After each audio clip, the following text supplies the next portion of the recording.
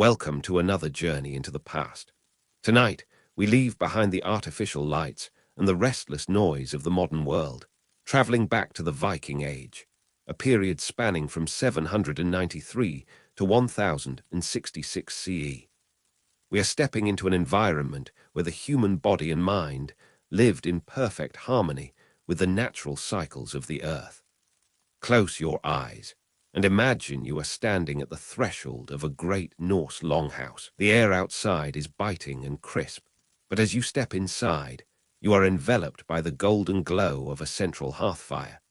The flames cast long, slow-dancing shadows across the massive wooden beams that support the roof. The geographic location of these settlements means that during the winter months, darkness completely dominates the landscape. This is a profound, complete darkness, a darkness far more complete than most modern humans ever experience. Within this blackened world, the Norse people found ultimate restoration. The dim, warm spectrum light of the banked coals in the hearth creates an environment perfectly designed to calm the mind and prepare the body for rest. You make your way to your resting place. The sleeping arrangements here differ greatly from what you are used to. You lie down on a raised wooden platform built seamlessly along the wall of the longhouse, positioned perfectly to catch the warmth of the fire. It is elevated, about 40 to 60 centimeters high, keeping you safely away from the damp ground. Beneath you is a foundation of freshly gathered, locally harvested straw. It provides a natural spring and flexibility, conforming gently to the shape of your body. Over this soft straw lies a heavy covering made of wadmal, a coarse woolen cloth that breathes and insulates. Finally, as you settle in, you pull thick, luxurious animal furs over yourself, perhaps the warm skin of a sheep or the heavy, comforting weight of a bear pelt. These natural materials regulate your temperature perfectly, providing deep insulation against the cold Norwegian night. Before you close your eyes, you take a slow sip from a wooden cup.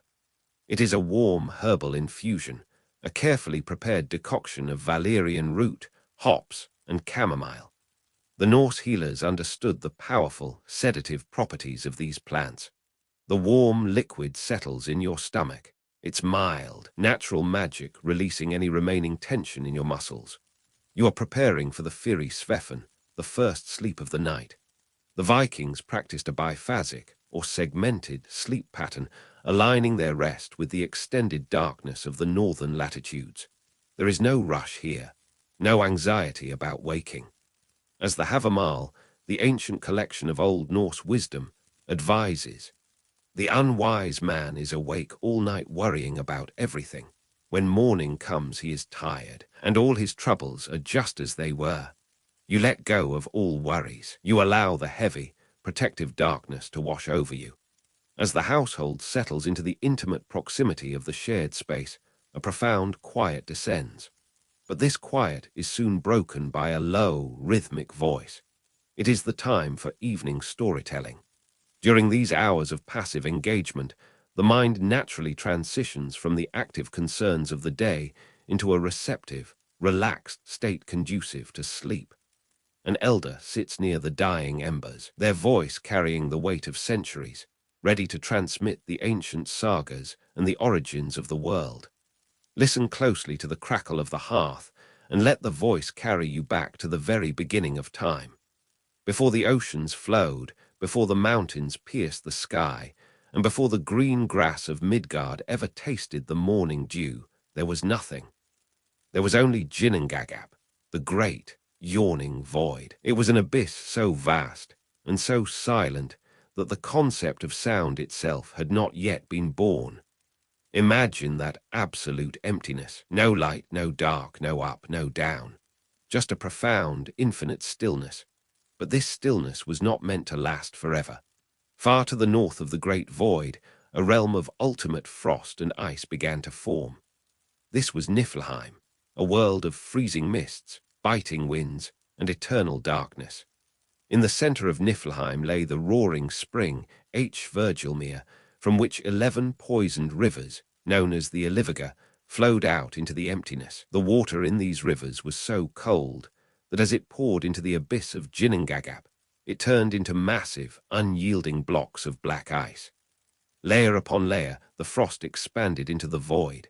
Yet far to the south, a completely different power was awakening. This was Muspelheim, a realm of primal, scorching fire. It was a place of blinding light and unbearable heat, guarded by the fire giant Surtur, who stood at its borders with a flaming sword. For countless ages, the burning sparks and glowing embers from Muspelheim drifted northward across the void. At the same time, the crushing, silent glaciers of Niflheim crept southward.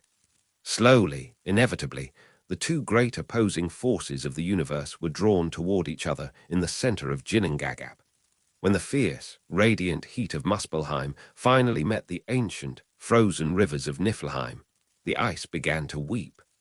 The frost melted, releasing a dense, warm mist into the void. And within these thawing drops of water, deep in the heart of nowhere, the first spark of life began to form. From those slowly melting drops of rime ice, warmed by the drifting embers of the south, a shape began to emerge. It was massive, ancient, and perfectly still. This was Ymir, the very first of the Jotun, the frost giants. Ymir was a being of unimaginable size, formed from the raw, elemental forces of heat and cold. For a long time, there was only the sound of the melting ice, echoing softly in the great, empty expanse. Ymir lay upon the frozen edge of Niflheim, and as the gentle warmth of Muspelheim continued to wash over him, he closed his eyes and drifted into a heavy, unbroken slumber. It was a sleep deeper than any known to the mortal world, a profound, cosmic rest that mirrored the endless quiet of the void. And as he slept, enveloped in that primordial darkness, he began to sweat. From this deep, restorative slumber, life itself began to multiply. From beneath Ymir's left arm, a male and a female giant emerged, quietly stepping out of his dreams and into the mist. From his legs, another giant was born. They did not wake him. They simply gathered in the shadows, the first silent inhabitants of a universe that was only just beginning to wake. But Ymir was not the only life born from the thawing ice. As the frost continued to weep, another figure took shape in the dense fog. It was a magnificent, gentle creature, a great cow named Audhumla. Audhumla stood as a beacon of calm in the empty universe. From her udders flowed 4 vast rivers of rich, warm milk, pooling into the ice and providing sustenance for the sleeping Ymir. She moved with a slow, deliberate grace, her hooves making no sound on the ancient frost. To sustain herself, Audhumla stepped toward the blocks of salty rime ice. Slowly, rhythmically, she began to lick the frozen surface. The sound was steady, a soft, continuous rhythm that acted as the very first heartbeat of the cosmos. On the evening of her first day of grazing, the warm sweep of her tongue uncovered the coarse hair of a head buried deep within the ice. On the second day, she licked the frost away to reveal the strong, peaceful face of a man. And by the end of the third day, the entire figure stood free from the ice. His name was Beri. He was tall, striking, and possessed a quiet, immense strength. He was the first of the gods. Beri soon had a son named Bor, who in turn married Bisla, a daughter of the frost giants. Together, in the quiet expanse of the early world, they brought 3 brothers into existence: Odin, Vili, and Vi. These 3 brothers were different from the giants. As they grew, they looked out across the misty, chaotic expanse of Ginnungagap. They saw the endless, unstructured void, and they felt a deep, resonant calling to bring order to the emptiness. They understood that for the universe to truly flourish, the stillness of the void had to be shaped into a home. The brothers realized that the time of the great void was ending. A cosmic shift was necessary. With a heavy but purposeful resolve, they approached the ancient giant Ymir. In a momentous event that would define the architecture of reality, the brothers brought an end to Ymir's eternal sleep. It was not an act of malice, but an act of profound transformation. They carried Ymir's massive form into the very center of Ginnungagap. There, in the silent dark, they began the ultimate act of creation. They became the first architects, the first shipbuilders of the universe, working with a focus and rhythm that the Norse people would one day echo in their own longhouses and coastal shores. From Ymir's immense body, they crafted the earth. They laid out his flesh to form the wide, rolling soil.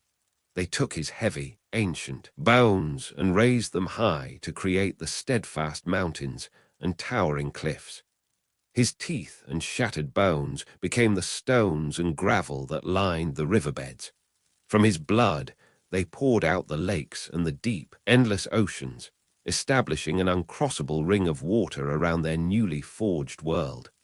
They took his hair and planted it deep into the soil, watching as it grew into thick, sheltering forests and swaying fields of grass. Finally, the three brothers lifted Ymir's vast skull. They raised it high above the earth, setting it in place as the great, overarching dome of the sky. To ensure it remained perfectly balanced, they placed 4 strong dwarves, Nordri, Sudri, Ostri, and Vestri, at the 4 corners of the world to hold the sky steady. The earth was now formed. It was a masterpiece of order carved from chaos. But it was still entirely dark, lit only by the faint, distant glow of Muspelheim. The oceans were still, the forests were silent, and the world lay waiting in a state of tranquil, expectant rest, ready for the lights of the heavens to be hung in the sky. The 3 brothers, Odin, Vili, and Vi, looked up into the vast, hollow dome of the skull that now formed the heavens. They traveled south, returning to the borders of Muspelheim, the primordial realm of fire. They did not take the roaring, violent flames, but carefully gathered only the softest, glowing embers and the gentle sparks that drifted like fireflies through the cosmic mist. Returning to the center of the newly formed world, they reached up and gently pressed these glowing embers into the dark, sweeping canopy of the sky. Some sparks were fastened securely in place, destined to remain completely still. These would become the steadfast constellations, offering a reliable, eternal map for the seafarers and wanderers of the future. Others were given slow, winding paths across the heavens, becoming the wandering planets. The night sky was no longer a heavy, empty void. It was a breathtaking blanket of soft, distant light. It became a ceiling of tiny, reassuring fires watching over the slumbering earth below. Yet the world still needed the structure of time. It needed the comforting, predictable rhythm of waking and resting, of light and dark.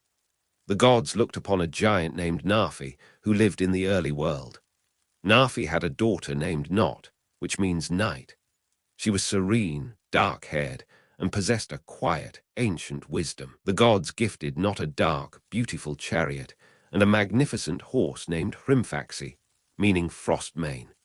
Not was given the sacred, vital duty of bringing the soothing, restorative darkness to the world, the very darkness that the Norse people would come to deeply cherish for their profound rest. Every 12 hours, Not drives her chariot across the sky. Her journey is slow, silent, and infinitely peaceful. As her horse, Hrimfaxi, glides through the heavens, he champs at his iron bit, and a soft, cool foam falls from his mouth down to the earth below. This gentle, falling mist becomes the cool morning dew that blankets the grass, the leaves, and the quiet valleys while the world lies sleeping. Not had a son named Dagger, meaning day. He was bright, radiant, and warm. To him, the gods gave a chariot drawn by the horse Skinfaxi, or shining mane. When Dagger follows his mother across the sky, the soft, golden light from his horse's glowing mane illuminates the mountains and the fjords, gently rousing the earth from its slumber. And so, the eternal, calming cycle began. The necessary, gradual transition from the brilliant activity of day to the heavy, protective embrace of night. To govern the passing of the seasons and the years, the gods then established the paths of the sun and the moon. There was a man on earth named Mundilfari, who had 2 children so stunningly beautiful that he named them after the celestial bodies. His daughter was Sol, the sun, and his son was Mani, the moon. The gods, deciding to use this beauty for the good of the world, placed the siblings in the sky to guide the chariots of the very lights they were named after. Mani guides the gentle, silver light of the moon. He tracks the passing of the months and the softening of the night. His journey is a quiet one, a pale, cooling glow that washes over the forests, offering just enough light to see the shadows, but never enough to disturb the deep, necessary sleep of the earth. Sol drives the chariot of the sun, pulled by two strong horses. To keep her horses from overheating in their daily labor, the gods placed two massive bellows beneath their shoulders, constantly blowing a cool, refreshing iron wind to soothe them. They are forever moving, creating the steady, rocking rhythm of the universe. To ensure they never stop their necessary journey, they are chased by two wolves, Skoll and Hati, keeping them in their endless, measured pace across the sky. With the heavens illuminated and the steady rhythm of time established, the world was bathed in a beautiful balance of light and shadow. The shores of the newly formed earth were deeply peaceful. The ocean waves lapped rhythmically against the rocks, creating a steady, hypnotic sound that washed the beaches clean. It was along one of these pristine, untouched shores that Odin, Vili, and Vi went walking, the cool, salty sea breeze brushing against their faces. As they walked along the edge of the water, listening to the eternal, rhythmic breathing of the ocean, they found two pieces of driftwood that had washed ashore. One was an ash tree, strong and deeply rooted in its nature. The other was an elm, graceful and enduring. The trees were entirely still, silent, and devoid of spirit. The brothers stopped, the soft sand beneath their feet, realizing that this beautiful, newly ordered world was missing something vital. It was waiting for a mind to witness it, a voice to speak of it, and a heart to feel its profound calm. The three brothers knelt on the cool, damp sand, taking the two pieces of driftwood into their hands. They saw the potential lying dormant within the grain of the wood, waiting to be awakened. Odin, the eldest, leaned close and breathed into the wood. He did not give a rushed or fleeting breath, but a slow, deep, and rhythmic exhalation. He gave them asterisk earned asterisk, the spirit, the breath of life. With this gentle breath, the wood grew warm, pulsing with a slow, steady heartbeat that matched the rhythm of the ocean tide. Next, Vili reached out and laid his hands upon them. He bestowed upon them asterisk other asterisk, wit, consciousness, and the capacity to feel. He gave them the ability to sense the comforting weight of a woven blanket, the warmth of a banked hearth fire, and the deep emotional connection of being surrounded by trusted companions. Finally, V touched their faces. He granted them asterisk lar asterisk, their physical forms, their expressions, and their senses. He opened their eyes so they could watch the calming, predictable dance of the stars, and he opened their ears so they could hear the soothing, repetitive sound of the wind through the pine trees. They named the man Ask, born of the sturdy ash tree, and the woman Embla, born of the graceful elm. They stood on the beach, breathing in the cool, restorative night air, the very first humans in a young and peaceful world. But the gods knew that for Ask and Embla to truly flourish, they needed more than just life. They needed sanctuary. The gods understood that the brain's vigilance system must determine that an environment is secure before allowing the vulnerability of deep sleep. To sleep deeply and restfully, these fragile new beings required a profound sense of perceived safety. Looking to the vast, untamed wilderness of the world, the brothers gathered the massive, sweeping eyebrows of the ancient giant Ymir. With these, they constructed a great, circular, impenetrable wall. It was a fortress of absolute safety, keeping out the chaotic forces and the bitter, unpredictable winds of the outer edges. Inside this protective boundary, they established Midgard, the middle enclosure. This was a lush, fertile land, perfectly designed for human habitation. Here, within these walls, Ask and Embla and their descendants could build their warm, timbered longhouses. They could share the same sleeping spaces, finding psychological comfort and enhanced security in the physical presence of trusted others. Protected by the Great Wall and surrounded by family, they could surrender to sleep without the burden of constant vigilance. As Ask and Embla settled into their secure new home, a magnificent form began to take shape at the very center of the universe. It was a tree, but not just any tree. This was Yggdrasil, the colossal, eternal world tree. It grew with an impossibly slow, unyielding grace. Its trunk was wider than mountains, its bark thick and deeply grooved with the passage of time. Yggdrasil was an evergreen ash, its leaves perpetually green, covered in a soft, white, luminous dew that gently drifted down to the valleys below. The tree's branches stretched out infinitely, weaving through the sky and creating a massive, sheltering canopy over Midgard.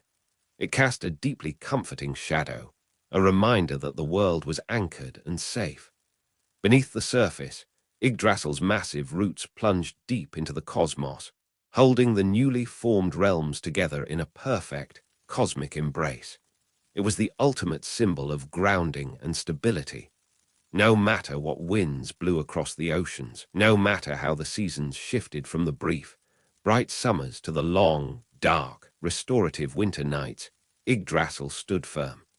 Beneath the immense, sheltering expanse of Yggdrasil, the cosmos is anchored by three great, unfathomable roots. These roots stretch deep into the hidden layers of the universe, drawing sustenance from three sacred wells that maintain the profound balance of the 9 realms. The first of these massive roots extends upward to Asgard, the home of the gods. Beneath this root lies the Urtharbrunna, the well of Urd. The waters of this well are unimaginably pure, glowing with a soft, iridescent light that pierces the cosmic mist. Sitting quietly at the edge of this serene pool are 3 wise women known as the Norns. Their names are Urda, representing what once was, Verdandi, representing what is presently coming into being, and Skuld, representing what shall inevitably be. Every day, with a slow, meditative grace, the Norns draw water from the well. They mix it with the pure, white mud from the banks and gently coat the bark of Yggdrasil. This daily ritual heals the tree, soothing its branches and ensuring its eternal, steady growth. But the Norns hold an even greater responsibility. In the quiet dimness of their realm, they sit together and weave.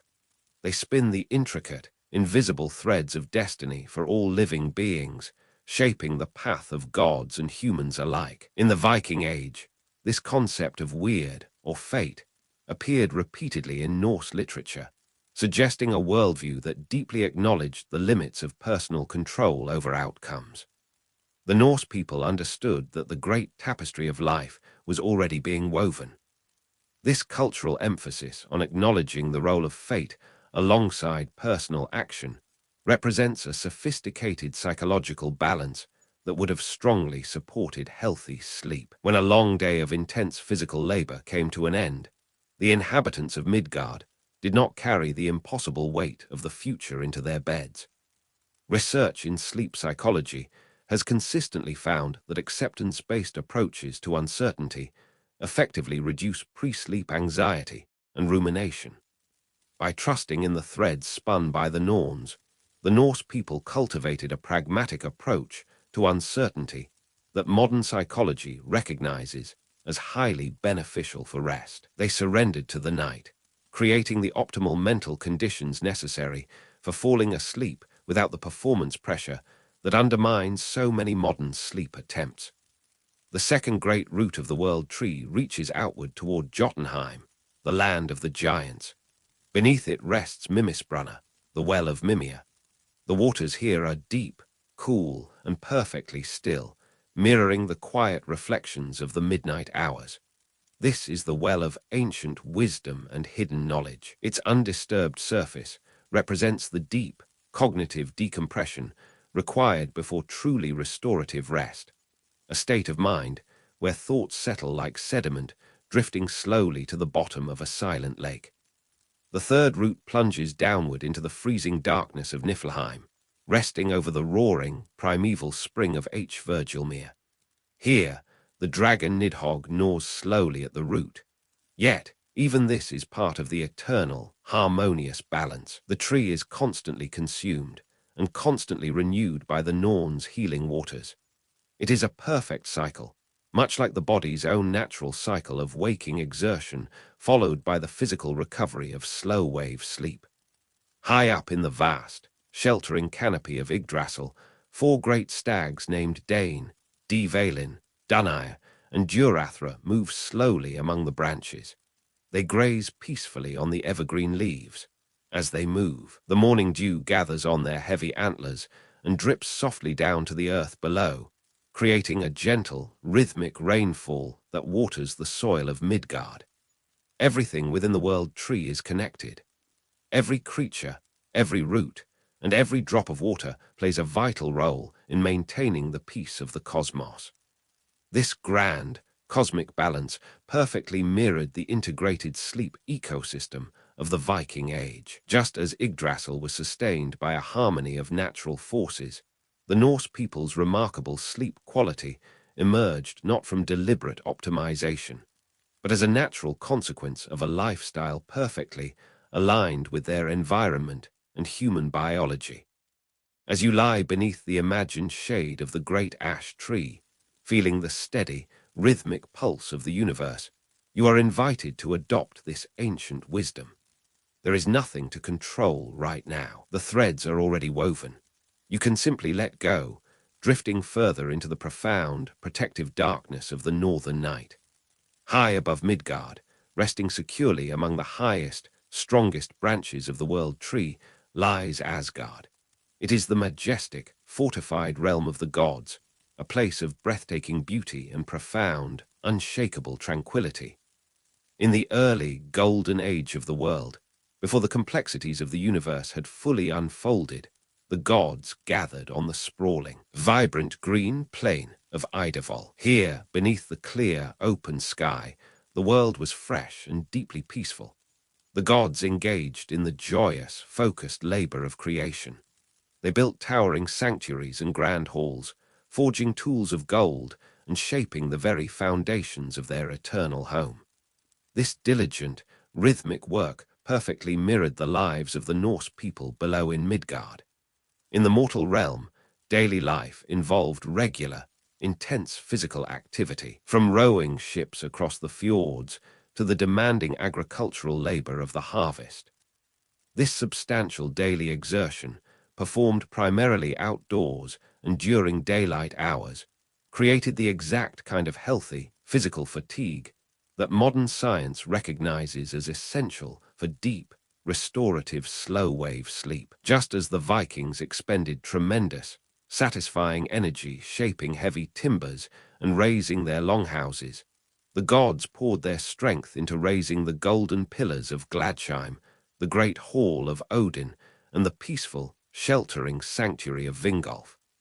They worked with purpose, knowing that true rest is the beautiful, earned reward of a day well spent. When the daylight finally faded and the sun's glowing chariot dipped below the horizon, the physical labor of the gods naturally ceased. They gathered in their grand halls, mirroring the evening routines of the farmsteads and coastal settlements below. The Vikings typically consumed their final, substantial meal in the late afternoon or early evening, well before it was time to sleep. This highly pragmatic schedule inadvertently created an optimal fasting period before bedtime, allowing their digestive processes to substantially complete before sleep began.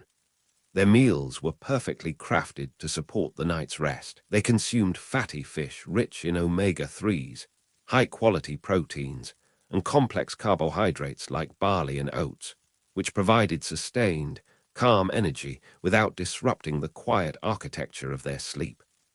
Inside the great halls of Asgard, just as in the settlements of Midgard, the evening was a dedicated time of communal warmth and gradual, gentle decompression. The intense physical demands of the day smoothly transitioned into less strenuous, quieter activities. The gods would sit in the soft, glowing light of the central hearth fires. These fires produced a warm, yellow-red spectrum of light, far removed from the harsh, artificial glare of the modern world. This dim, natural illumination protected the body's ancient rhythms, allowing the sleep-inducing hormone melatonin to rise naturally as the evening progressed. In this cozy twilight, the gods played quiet games of *H Nefertafel* on golden boards, resting in the same gentle, social proximity that modern research identifies as a powerful psychological comfort, easing anxiety and encouraging deeper sleep. As the vast cycle of the year turned, the long, bright days of the northern summer slowly gave way to the deep, enveloping darkness of winter. For the Vikings, the extreme seasonal variations in daylight dictated their entire rhythm of life. During the long winter months, darkness completely dominated the landscape, with some northern regions experiencing only a few brief hours of dim daylight. Yet this was not a time of despair. It was a deeply respected, necessary season of profound rest. The thick, heavy wool curtains of the longhouses would be drawn tight against the cold drafts. The world outside grew silent, blanketed in a thick, sound-absorbing layer of white snow.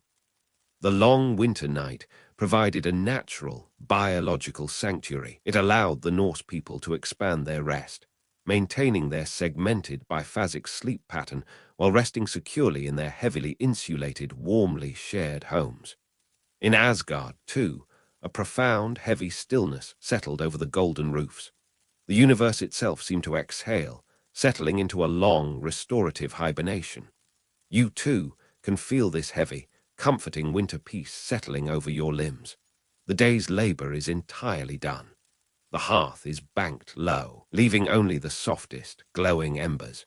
The deep, restorative dark of the winter night is here, and it will hold you securely until the dawn. As the deep, heavy hours of the northern night stretch on, the longhouse remains a sanctuary of warmth and shadow. You have rested peacefully through the *Fyri Svefen*, the first sleep. After approximately 4 hours of deep, restorative slumber, you feel your eyes flutter open naturally. In the modern world, waking in the middle of the night often brings a wave of sudden anxiety, a fear of lost rest, and the ticking clock. But here, in the heart of the Viking Age, this midnight waking period is not considered insomnia or a sleep disorder. It is an expected, perfectly normal, and deeply cherished part of the night.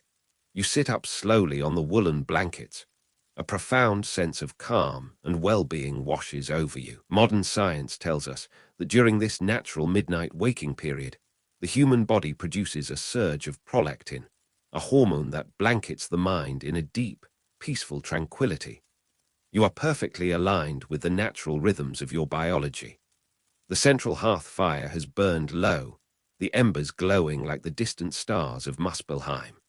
You rise quietly, your bare feet padding softly against the wooden floor, and add a few small logs to the fire. The flames slowly begin to climb again, casting a warm, gentle light across the sleeping faces of the household. During these quiet midnight hours, the mind is in a highly receptive, reflective state.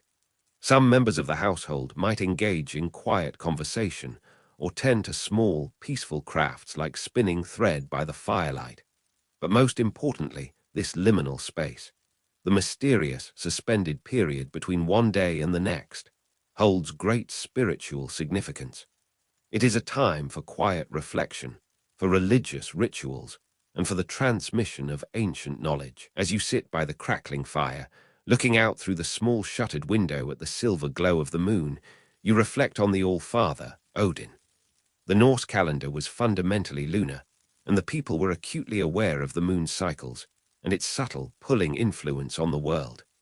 Tonight, the moon is full, casting a pale, cooling light over the frost-covered earth. It was under the light of such a moon that Odin, the chief of the gods, often left the golden halls of Asgard. When the rest of the world was asleep, Odin would assume the guise of a wanderer. Cloaked in a heavy, dark mantle and wearing a wide-brimmed hat that shadowed his face, he walked alone through the silent forests of Midgard. Odin was driven by a relentless, quiet thirst for wisdom. He understood that true knowledge was not found in the bright, noisy activity of the day, but in the hidden, silent depths of the universe. His solitary journey brought him back to the roots of the great world tree, Yggdrasil, to the shores of Mimisbrunner the well of Mimir. The waters of this well were the source of ultimate cosmic knowledge and profound understanding. Mimir, an ancient and incredibly wise being, guarded the well, drinking from it every day from a drinking horn known as the Gjallar horn. Odin stood at the edge of the water. The surface was entirely perfectly still, reflecting the silver light of the moon like a mirror of glass. He asked Mimir for a single drink from the well, seeking the quiet wisdom of the ages. But true wisdom always requires a sacrifice. Mimir, his voice as deep and slow as the grinding of glacial ice, told the wanderer that a drink would cost him one of his eyes. In the peaceful silence of the midnight hour, Odin did not hesitate. He understood the value of deep, internal vision over mere physical sight. He willingly surrendered his eye, dropping it gently into the cool, dark waters of the well. As it sank beneath the surface, resting eternally in the deep, it became a symbol of his ultimate dedication to understanding the mysteries of the cosmos. Odin took the horn and drank from the ancient, cold water. In an instant, the vast, quiet secrets of the 9 realms unfolded in his mind. He saw the intricate, delicate balance of all things. He understood the profound necessity of the light and the dark, the waking and the resting. With this heavy, beautiful wisdom, Odin turned away from the well and continued his solitary walk through the moonlit forest. Just as Odin found profound clarity in the depths of the night, you too find peace in this midnight hour. Your mind has wandered, entertained by the ancient sagas, and the warm drink of the herbal tea has fully settled your spirit. You have added wood to the fire, ensuring the longhouse remains warm and secure. Now, the natural weight of fatigue returns. The quiet productivity of the midnight waking period is complete. You return to your raised sleeping platform, pulling the heavy, insulating fur back over your shoulders.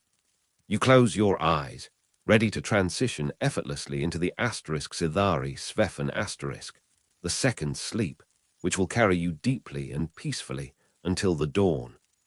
As the hearth fire settles into a bed of soft, white ash, you drift effortlessly into your second sleep. The gentle transition carries you downward, away from the quiet productivity of the midnight hours, and into the heaviest, most profound phase of the night.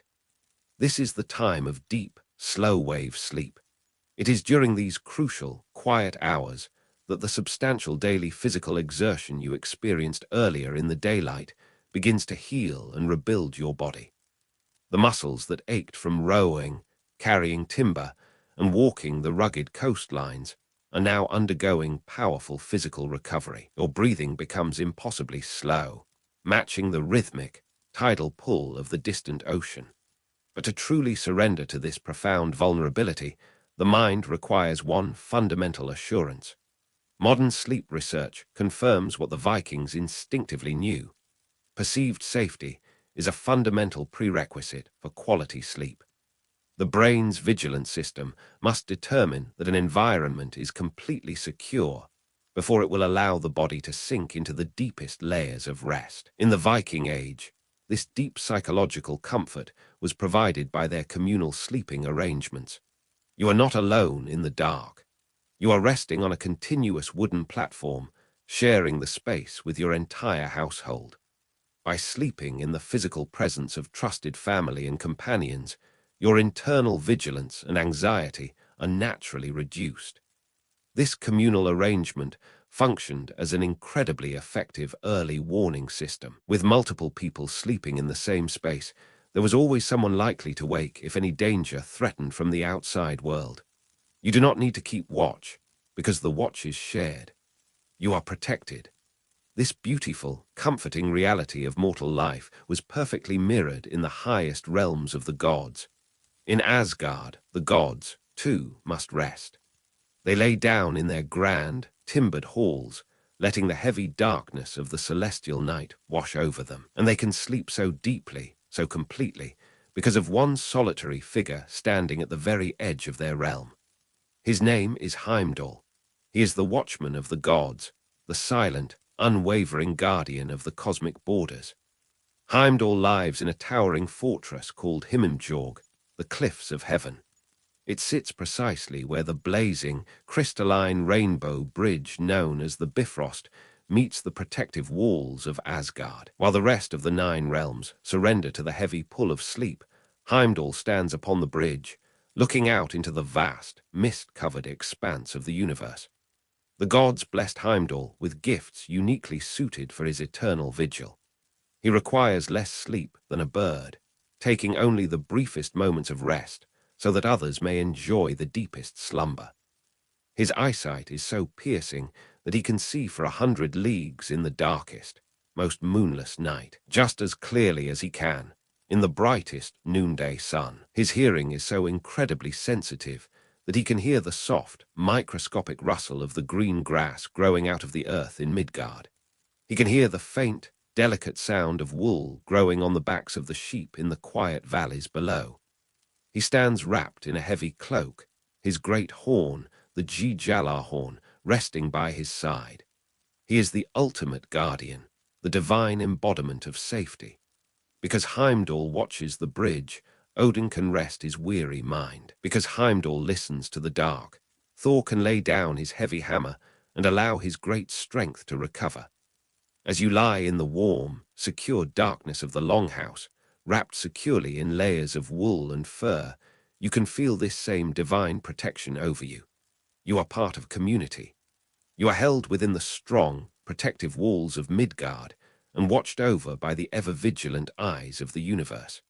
There is no need for your mind to stand guard. There is no need to monitor the shadows or listen for the wind. The boundary is secure. You can let go entirely. You can allow your consciousness to sink deeper into the heavy, motionless quiet of the second sleep. The air in the longhouse is cool and still, the natural bedding supporting your spine perfectly. Your body temperature is naturally regulated by the breathable straw and the warm animal hides. Everything is exactly as it should be. The world is safe, the watch is held, and the deep, restorative darkness is yours to simply rest within. As the deep, heavy hours of the night progress, your body slowly rises from the profound physical recovery of slow-wave sleep. You are entering a lighter, fluid state of rest. This is the time when the mind unfastens its moorings and begins to drift. This is the time of dreams. In the modern world, the unpredictable nature of dreams can sometimes bring anxiety, a fear of the subconscious mind wandering into dark places. But here, within the ancient Norse worldview, the dreaming mind is warmly embraced. The Norse cosmology placed significant, focused attention on dreams, viewing them not as chaotic disturbances, but as potential sources of profound wisdom and prophecy. This deeply positive cultural perspective treated dreams as valuable, meaningful experiences rather than threats. By trusting the journey of the mind, the Norse people naturally reduced their sleep anxiety, creating a positive psychological approach to the night that allowed them to wander freely and safely through their slumber. There was, however, one essential, beautiful prerequisite for these peaceful journeys of the mind. The saga literature reveals that the Norse culture placed an enormous, unyielding emphasis on honor and maintaining a clear conscience. They understood, long before modern psychology, that moral distress and unresolved guilt significantly impair the architecture of sleep. By addressing conflicts directly and living their waking hours with honesty and transparency, the Vikings cultivated a sense of moral consistency that strongly supported healthy sleep. Their cultural emphasis on maintaining honor meant that when they lay down upon their woolen blankets, they carried no hidden burdens. A clear conscience is the softest pillow. Unburdened by guilt, your spirit is now completely free to travel. In the Norse cosmos, when a peaceful mind drifts into sleep, it often journeys upward, moving along the shimmering branches of the world tree toward a realm of unimaginable beauty and tranquility. This is Elfheim, the home of the *El Josolfar*, the light elves. High above the earth, bathed in an eternal, soft twilight that never burns, but only gently glows. Ulfheim is a sanctuary of profound peace. It is a realm of deep, vibrant forests where the leaves shimmer like spun silver, catching the starlight and reflecting it into the misty air. The light elves who dwell here are beings of pure grace, described in the ancient texts as being fairer than the sun to look upon. They possess a deep, calming magic. They are the gentle weavers of dreams, carefully shaping visions of beauty and quiet wisdom, and sending them down the roots of Yggdrasil to comfort the sleeping minds of Midgard. The ruler of this luminous, dreamlike realm is Freyr. He is one of the Vanir, the ancient, earthly gods of nature, fertility, and deep, enduring peace. Freyr is the lord of the gentle, nourishing rain and the warm, golden sunshine. He governs the peaceful turning of the seasons, ensuring that the earth yields its harvest and that the harsh, dark winters are always followed by the bright, hopeful promise of spring. Freyr does not ride a fierce warhorse. Instead, he travels through his realm on a magnificent, magical boar named Gullinbursti, whose bristles are forged from pure, glowing gold. As Gullinbursti runs through the skies and over the dark, sleeping oceans, his golden bristles emit a soft, warm light, illuminating the darkest nights and guiding lost travelers safely home. When you sleep with a clear heart, you are welcomed into this peaceful, luminous domain. There are no battles here. There is no bitter winter wind. There is only the soft, rhythmic rustle of the shimmering leaves, the gentle light of Gullinbursti guiding your way, and the comforting assurance that your dreams are gifts of wisdom, carefully woven to heal your spirit. Allow your mind to float freely into this glowing forest. Let the light elves craft a peaceful, restorative journey for you. You have lived the day with purpose, and you have set your burdens down by the hearth. Drift now through the silver leaves, carried safely through the remainder of the night, knowing that when the time is right, Dagger and his shining chariot will naturally, gently return the morning light to the world. The hours within this dreamscape stretch and fold, moving with the unhurried, majestic grace of a deep ocean tide. Within the protective walls of Midgard, surrounded by the physical presence of your household, your body has completed its silent, vital work. The heavy, natural materials of your bedding, the carefully layered straw, the breathable coarse woolen cloth, and the thick, insulating animal furs, have perfectly maintained your microclimate throughout the coldest hours of the dark. You have experienced a sleep ecosystem far more conducive to quality rest than our modern environment, an ecosystem that emerged organically from a way of life deeply intertwined with the natural world. In our modern era, we often carry the heavy burden of measuring and analyzing our rest. We treat sleep as a performance metric to be optimized, a mindset that frequently breeds the very anxiety that keeps us awake. But the Norse people possessed what we might call the Viking sleep paradox. Those who worried least about optimizing their sleep likely achieved the best sleep in human history. Their profound, restorative rest was not the result of deliberate optimization, nor was it forced into a rigid, artificial eight-hour block.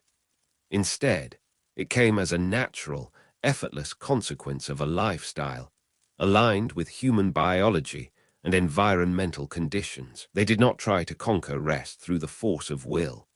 They simply cultivated the environmental, physical, and psychological conditions where healthy sleep patterns could emerge entirely on their own. By trusting in the natural cycles of the world, and by living in harmony with the darkness rather than fighting it, good sleep was simply their default state rather than a difficult achievement. As your mind internalizes this profound, liberating wisdom, you can feel the heavy mantle of the night beginning to soften. High above the great canopy of Yggdrasil, the ancient, quiet journey of Not and her dark chariot is nearing its end. Her horse, Hrimfaxi, has shaken the last of the cool, silver foam from his bit, leaving a thick, nourishing dew across the sleeping valleys and the silent fjords of the earth. The celestial watch is now passing. Far in the east, a new energy stirs. Dagger, the the bright and radiant sun of night, prepares to take the sky. He steps onto his magnificent chariot, taking the reins of his horse, Skinfaxi. As the great horse tosses his head, the glowing, golden light from his shining mane begins to spill over the edge of the world. It is a slow, gentle illumination. It does not jolt the world awake with the harsh, immediate glare of modern artificial lighting, but rather paints the sky in gradual, sweeping strokes of deep indigo, soft violet, and warm, pale gold. Even during the harshest periods of the year, when the long winter nights stretched on seemingly without end, the Norse people greeted this light with a deep, philosophical calm. They understood the concept of asterisk solverve asterisk, the turning of the sun, maintaining a profound psychological framework that recognized the cyclical nature of the dark periods. By framing the difficult, dark seasons as temporary and natural, they cultivated an immense psychological resilience that protected their peace of mind and, consequently, their sleep. They knew with absolute certainty that the light would always return, and now the light is returning to the longhouse. It slips through the tiny, carefully crafted gaps in the heavy wooden shutters, falling as thin, golden lines across the packed earthen floor. The central hearth, which had burned down to the softest, dimmest coals, is now met by the warming light of the new day. Your body, perfectly synchronized with the natural light cycles of the earth, senses this subtle shift. The production of melatonin, which flowed so richly and cleanly in the profound darkness of the night, now gently begins to ebb, naturally and comfortably completing its cycle. Your internal temperature slowly, almost imperceptibly, begins to rise from its lowest nocturnal point. You do not wake with a start. You do not wake with the anxious rush of obligations or the unnatural blare of a mechanical clock. You wake exactly as the Norse people did, gradually, peacefully, and fully restored by the ancient, unbroken rhythms of the world. You have traveled through the deep void of Ginnungagap, witnessed the forging of the stars, and rested under the watchful, eternal gaze of Heimdall. As the golden light of Dagger continues to spill across the realms, the quiet stillness of the morning naturally gives way to the steady, rhythmic pulse of daily life. In the Viking Age, this transition was seamless. The most physically demanding tasks were typically performed during these daylight hours, perfectly aligning human exertion with the ancient circadian rhythms. The inhabitants of Midgard rose with purpose, engaging in the kind of sustained aerobic and resistance activities, like lifting heavy timber or rowing across the icy fjords, that modern science now recognizes as the ultimate foundation for deep, slow-wave sleep. This rhythm of daylight labor and nocturnal restoration was reflected perfectly in the high realm of Asgard. Though they were divine, the gods understood that true peace of mind required absolute, unshakable security. Modern sleep research tells us that the brain's vigilance system must perceive an environment as entirely safe before it allows the vulnerability of deep sleep. The gods, seeking this profound, untroubled rest, decided they needed a fortress. They needed a wall so massive and impenetrable that no frost giant from Jotunheim could ever disturb their golden halls. It was during the early days of the world that a stranger arrived at the gates of Asgard. He was a master builder, towering and broad-shouldered, radiating the quiet, immense strength of someone who had spent lifetimes moving the earth. He offered to build the gods a wall of staggering proportions. This barrier would be so high and so thick that it would guarantee eternal security, allowing the gods to sleep without ever keeping one watchful eye open to the dark. But the builder asked for a steep price. In exchange for this ultimate safety, he demanded the beautiful goddess Freyja, along with the very sources of light and time, the sun and the moon. The gods, counseled by the cunning Loki, agreed to the bargain, but they set a seemingly impossible condition. The builder had to complete the entire monumental wall in the span of a single winter. He would have no help from any man. If even one stone was missing by the first day of summer, he would forfeit his payment. The builder agreed, asking only that he be allowed to use his great stallion, Svadilfari, to aid in the labor. And so, as the deep chill of the northern winter set in, a season where the Vikings themselves would typically experience reduced physical labor and extended periods of rest, the builder began his immense task. The labor was hypnotic in its scale and rhythm. By day, the builder would set the massive stones in place, his movements deliberate and unhurried. He engaged in the ultimate resistance activity, lifting, carrying, and manipulating incredibly heavy objects with a quiet, focused breathing that echoed through the snow-covered valleys. The physical demands of constructing such a fortification were extraordinary, mirroring the efforts of Viking shipbuilders and carpenters who expended thousands of calories daily in their strenuous outdoor work. But it was the work of the horse, Svadilfari, that was truly mesmerizing. When the brief, pale winter sun dipped below the horizon and the profound, heavy darkness took over, the stallion would venture into the mountains.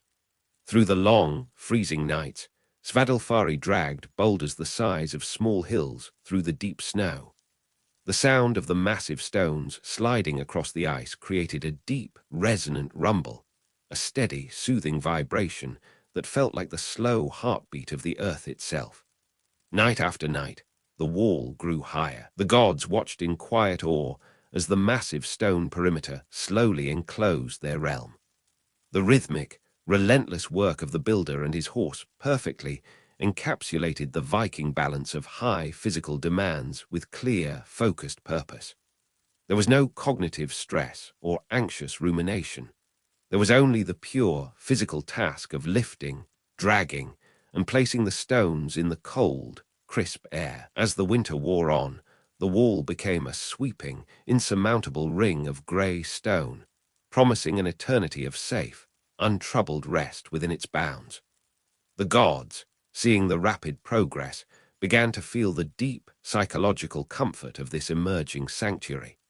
Yet, as the final days of winter approached, and the days began to slowly lengthen, the reality of the builder's impossible success began to dawn on them, weaving a new, unforeseen thread of fate into the quiet tapestry of the 9 realms. As the final, freezing weeks of winter began to wane, the extreme seasonal variations in daylight that dictated the rhythm of life in the north began to shift. The deep, dominant darkness of the winter months, a profound, enveloping darkness that naturally triggered the production of melatonin and created the ideal conditions for deep, restorative sleep, was slowly giving way to the longer days of spring. For the Norse people, this seasonal adaptation meant a natural shift in their physical activity, moving from the quiet, insulated crafts of the winter longhouse to the more intense, extended labor required during the bright summer months. In Asgard, this subtle turning of the season brought a creeping, unfamiliar tension into the golden halls.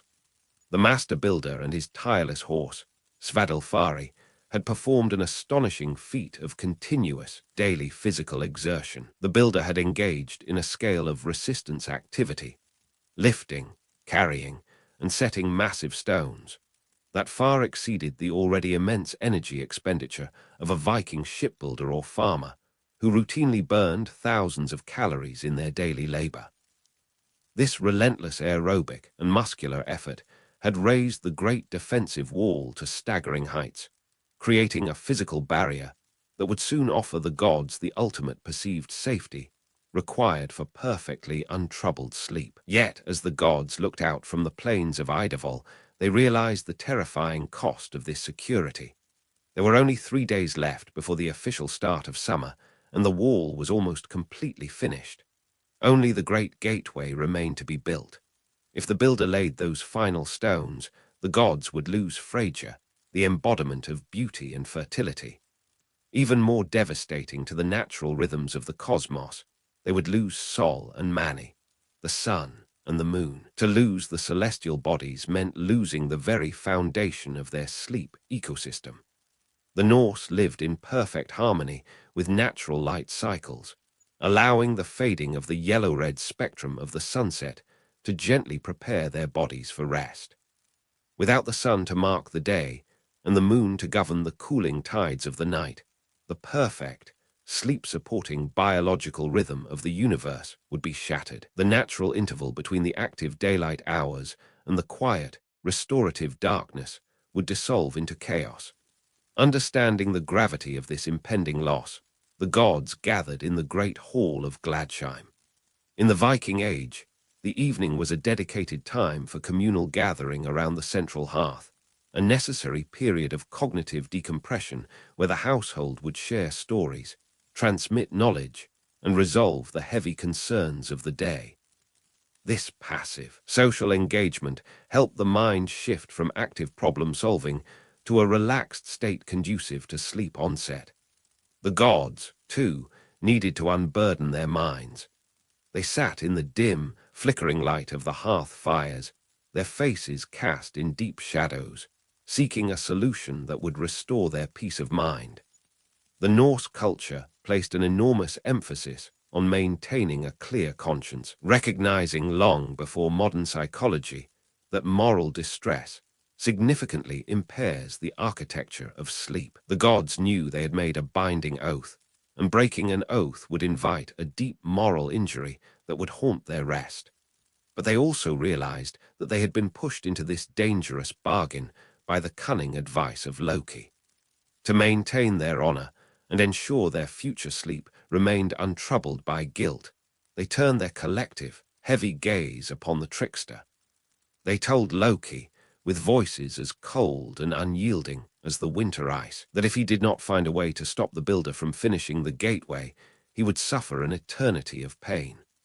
Loki, feeling the crushing weight of their unified intent, swore that he would deprive the builder of his payment, no matter what it took. That evening, as the heavy, protective darkness of the night began to fall over the mountains, the builder prepared for his final, monumental effort. He walked out into the biting chill of the twilight, heading toward the deep stone quarries with Svadilfari. The builder was relying on the cooling hours of the evening to perform his most grueling labor, a time when the body naturally begins to lower its core temperature in preparation for rest. The forest surrounding the quarry was thick, silent, and deeply shadowed. The air was perfectly still, holding the crisp, clean scent of pine needles and damp earth. As Svadilfari leaned his massive, muscular frame into the leather harnesses, preparing to drag a stone the size of a longhouse, a sudden, delicate sound broke the quiet of the woods.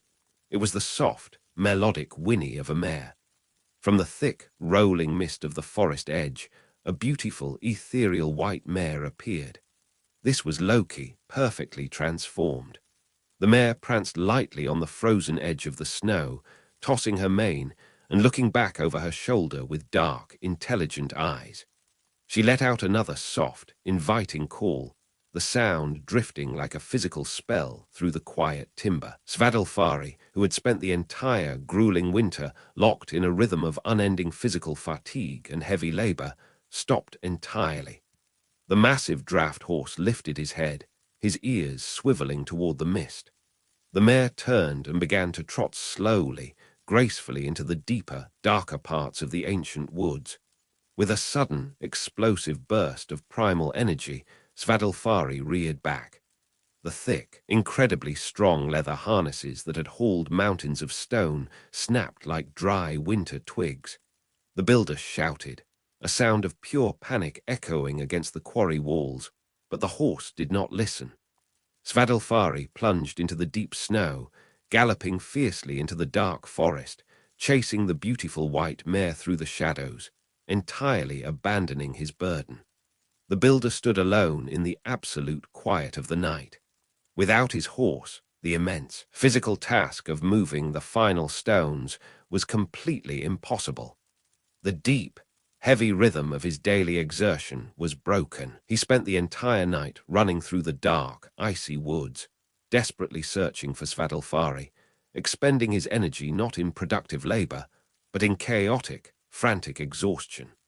When the morning light of Dagger finally broke over the horizon, painting the sky in soft, reassuring shades of violet and pale gold, the builder returned to the unfinished gateway. He was completely empty-handed. The majestic, calming rhythm of the universe had been saved. Sol and Mani would remain in the sky to guide the essential, sleep-supporting cycles of day and night. Freyja would remain in Asgard. Realizing that his immense effort had been thwarted and his prize lost, the builder's demeanor completely shifted. The guise of a mortal man melted away, and he swelled with a terrifying, primal rage. He was not a human builder at all, but a massive, chaotic mountain giant, a Jotnar asterisk, who had sought to strip the gods of their light and their peace. As the giant roared, raising his massive fists to tear down the very walls he had built, the deep, resonant sound of thunder rolled across the clear morning sky. Thor, the strongest of the gods, had returned from his long travels. In the Viking world, travelers were acutely aware of their vulnerability, heavily relying on the security of returning to their communal homes and trusted companions to find true rest. Thor had returned to his sanctuary, and he did not hesitate to protect it. With one swift, devastating swing of his legendary hammer, Mjolnir, Thor struck the giant, ending the threat forever. The great wall of Asgard remained standing. Though it lacked a final, physical gateway, it was a colossal, awe-inspiring fortification. It provided the gods with the ultimate psychological comfort, the profound, deeply rooted sense of perceived safety that allows the mind to truly surrender to the darkest hours of the night. They could now retreat to their grand halls, lie upon their woven blankets and thick furs, and sleep with the absolute certainty that their realm was secure. And deep within the hidden, quiet depths of the magical forest, Loki's time as a mayor eventually brought forth a new, extraordinary life. He gave birth to a grey foal with 8 perfectly formed legs. This was Sleipnir, who would grow to become the greatest, fastest, and most magnificent horse in all the 9 realms, eventually carrying Odin himself across the very fabric of the cosmos, gliding effortlessly through the spaces between waking and dreaming. With the colossal, sweeping wall of Asgard standing firm against the harsh winds of the outer realms, a profound, unshakable peace settled over the Golden City. The gods had secured their ultimate sanctuary. In the world of mortals below, this same deep psychological comfort was essential. Modern sleep research has identified perceived safety as a fundamental prerequisite for quality sleep. The brain's vigilance system must determine that an environment is secure before allowing the vulnerability of deep sleep. By building this massive fortification, the gods had created conditions of perceived safety that would support deeper, more restorative rest for eternity. As the pale, silver light of the day slowly dissolved into the heavy, protective indigo of the evening, the rhythmic, intense physical labor of the gods naturally came to an end. The ringing of hammers in the golden forges faded into silence. The great, heavy doors of the grand halls were drawn shut against the cooling night air. Inside the hall of Gladsheim, the atmosphere underwent a beautiful, deliberate transformation. The massive central hearth, which had roared with bright, violent flames during the day, was now banked low. The fiercely burning logs were reduced to a bed of gently pulsing, deep red coals. These dying fires produced primarily yellow-red spectrum light, a warm, dim glow that modern research has shown has minimal impact on the body's natural circadian rhythms. This carefully managed firelight protected the gods from the harsh, bright illumination that delays rest, allowing the sleep-inducing hormone melatonin to rise naturally in their blood as the evening deepened. It was in this deeply soothing, dim environment that Bragi, the god of poetry, music, and eloquence, took his seat near the warmth of the hearth.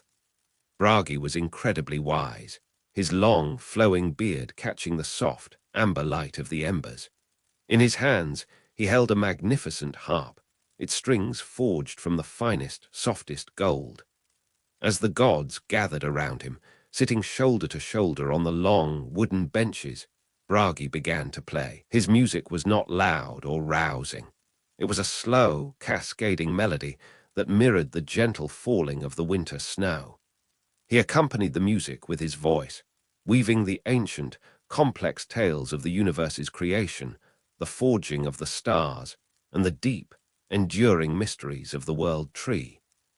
This evening, gathering mirrored one of the most vital, sleep-supporting practices of the Viking Age. Archaeological evidence and saga accounts confirm the immense importance of evening storytelling in Norse culture.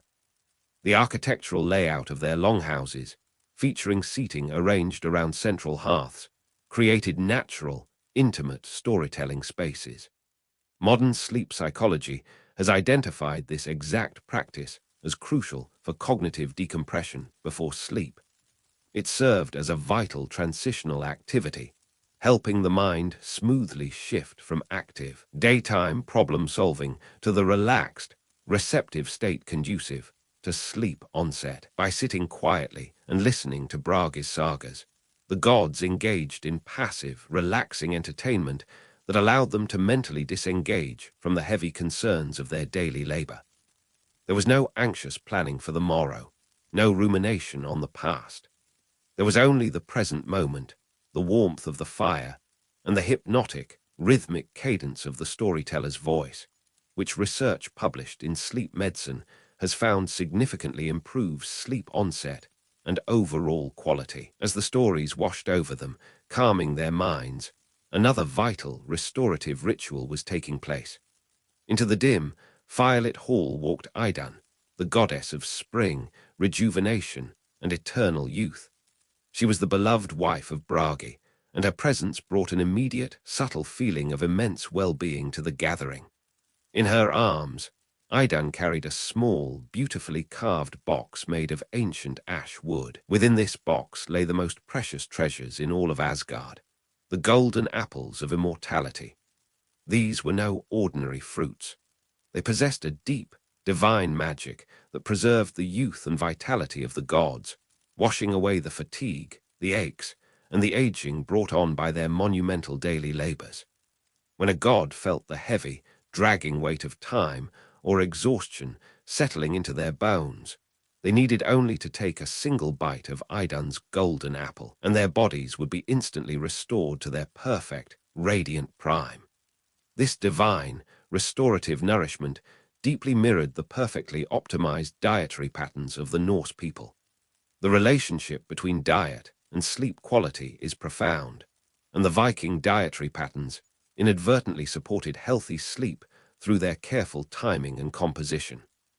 In the Viking Age, the household typically consumed their final substantial meal in the late afternoon or early evening, well before it was time to sleep. This deeply pragmatic schedule meant that the Norse people usually finished their last heavy meal several hours before retiring for the night.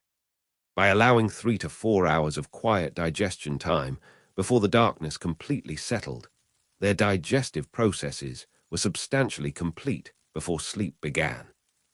This incredibly wise timing prevented the sleep disruptions associated with active digestion during the early, fragile phases of sleep. Just as the gods partook of Idan's apples to restore their physical vessels, the Vikings consumed a diet rich in nutrients that perfectly supported the architecture of their sleep. Their meals were heavily based on marine-derived nutrients, showing a high consumption of fatty fish like herring, mackerel, and salmon. These dietary staples were exceptionally rich in omega-3 fatty acids and vitamin D, elements that modern research has strongly linked to significantly improved sleep quality. They did not consume the highly refined, simple sugars that cause sleep-disrupting blood sugar fluctuations throughout the night. Instead, they relied on complex carbohydrates from whole grains like barley, rye, and oats. These ancient grains provided a slow, sustained release of calming energy.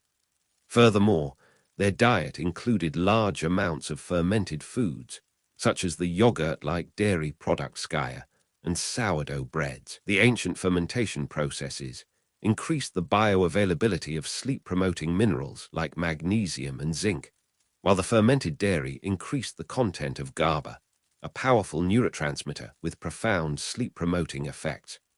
When Idun handed a glowing, golden apple to the weary thunder god, Thor, or the wandering All-Father, Odin, she was offering the divine equivalent of this perfectly balanced, sleep-supporting nutrition. The gods ate slowly, savoring the crisp, sweet flesh of the fruit. The magic of the apples worked its way deep into their muscles and their minds, smoothing away the frayed edges of their consciousness and preparing their physical forms for the heavy, healing darkness of the night. The atmosphere in the great hall grew increasingly quiet, heavy, and serene. The gentle, communal nature of this evening feast provided an essential layer of psychological comfort.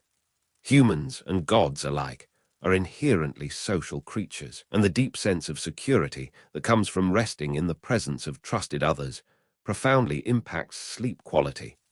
People who report stronger social connections and social support tend to experience much better, deeper sleep. The physical proximity of trusted family and companions during these quiet, twilight hours naturally reduces internal vigilance and anxiety, paving the way for deeper, more restorative rest. Eventually, Brage's harp strings fell silent. The last golden apple was consumed, and Idun closed the lid of her ashwood box with a soft, final click. The central hearthfire had burned down to its absolute lowest point, leaving the hall enveloped in a profound, comforting darkness, a darkness far more complete and pure than most modern humans ever experience. It was time to transition to the sleeping platforms. The gods moved slowly, their bodies heavy with the natural, earned fatigue of the day and the calming effects of their evening rituals. Their sleeping arrangements, much like those in the longhouses of Midgard, were masterfully designed for physical support and thermal regulation. They lay down upon raised wooden platforms built seamlessly along the massive walls of the hall.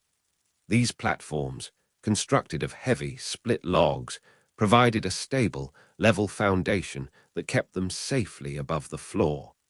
Beneath them lay a thick, carefully prepared base layer of locally harvested, sweet-smelling straw. This natural foundation provided an incredible, responsive springiness, conforming gently to the heavy contours of their bodies, while offering the moderately firm support that is optimal for perfect spinal alignment during sleep. Over the straw, they pulled thick, coarse blankets woven from heavy wool. This miraculous natural fiber retained its insulating capacity flawlessly, while its breathability prevented the disruptive heat buildup that plagues modern, synthetic mattresses. Finally, they drew the heavy, luxurious pelts of bears and wolves over their shoulders, creating an unshakable microclimate that would remain perfectly stable and warm throughout the long, cold night. Wrapped in these heavy, natural layers, supported by the strong wooden planks, and surrounded by the quiet, rhythmic breathing of their kin, the gods of Asgard surrendered entirely.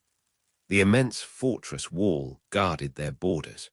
The golden apples had nourished their bodies. The ancient sagas had quieted their minds. There was nothing left to do but drift downward, sinking deeper and deeper into the ultimate, quiet sanctuary of the Norse night.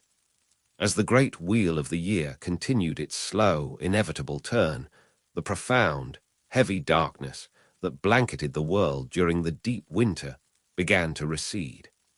The geographic location of the Viking settlements, stretching across Scandinavia and into the northern Atlantic, placed them in regions characterized by the most dramatic, extreme seasonal variations in daylight.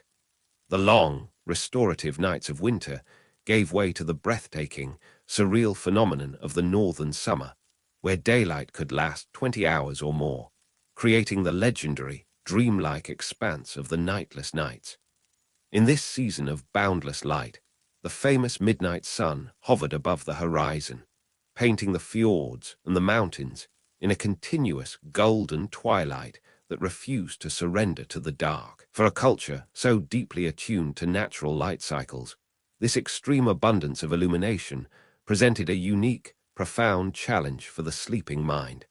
Modern sleep science tells us that without sufficient darkness, the production of melatonin is suppressed, leading to a restless, fragmented state of being. Yet, the Norse people did not suffer. They adapted with extraordinary, intuitive wisdom. They understood that when the universe would not provide the darkness naturally, they must carefully, deliberately create it themselves. Archaeological evidence from their settlements reveals the sophisticated methods they used to craft their own artificial night. Across the bright, sunlit landscapes, they hung thick curtains and heavy hangings made of coarse, dense wool across the openings of their dwellings. This heavy material was incredibly effective at completely blocking out the persistent glare of the midnight sun. In the sweeping, treeless expanses of Iceland, some dwellings show evidence of sleeping areas built deep into the thickest, most insulated parts of the earthen turf walls, creating naturally darkened, profoundly quiet sleeping spaces completely immune to the external light conditions. This deep, necessary balance between the extreme dark of winter and the endless light of summer was perfectly woven into the mythology of the gods. It was embodied in the beautiful, complex marriage of two powerful deities, Njord and Skadi. Skadi was a fierce, proud goddess of the frost giants, born of the bitter cold and the towering, snow-capped mountains of Thrymheim. Her world was one of dark, howling winds, deeply shadowed valleys, and the heavy, isolating peace of the winter ice. Njord, however, was a god of the Vanir, deeply connected to the bright, summer sea. He lived in a magnificent, sun-drenched hall called Notun, located right on the edge of the sparkling, gentle ocean, where the warm, salty breezes constantly blew. When they were married, they faced the ultimate challenge of adaptation, mirroring the seasonal migrations and shifting rhythms of the Norse people. They could not agree on where to live. To find harmony, they struck a deeply pragmatic compromise, deciding to alternate their dwellings, just as the Vikings altered their lives with the turning of the sun. They agreed to spend 9 nights in the dark, freezing, mountainous peaks of Thrymheim, followed by 9 nights in the bright, coastal warmth of Notun. For 9 nights, Njord endured the deep, overwhelming darkness of the mountains. He lay awake, listening to the lonely, echoing howls of the wolves in the snow, longing for the gentle, rhythmic sound of the ocean waves. When their time in the mountains was finished, they traveled down to the bright, sunlit coast of Notun. There, Skadi lay upon her bed, deeply unsettled by the relentless, golden light of the sea and the continuous, waking cries of the seagulls that never seemed to rest.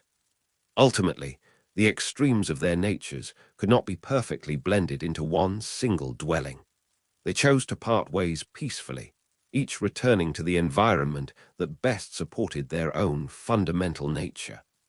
Skadi returned to her dark, silent mountains, strapping on her snowshoes and hunting in the deep winter twilight, while Njord remained by the bright, calming summer sea.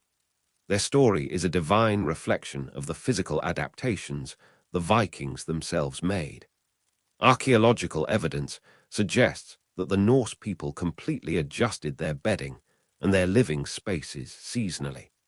Excavations reveal different compositions of bedding materials in structures specifically identified as summer versus winter dwellings. During the mild, bright temperatures of the summer months, their tightly packed, communal sleeping arrangements became much more dispersed.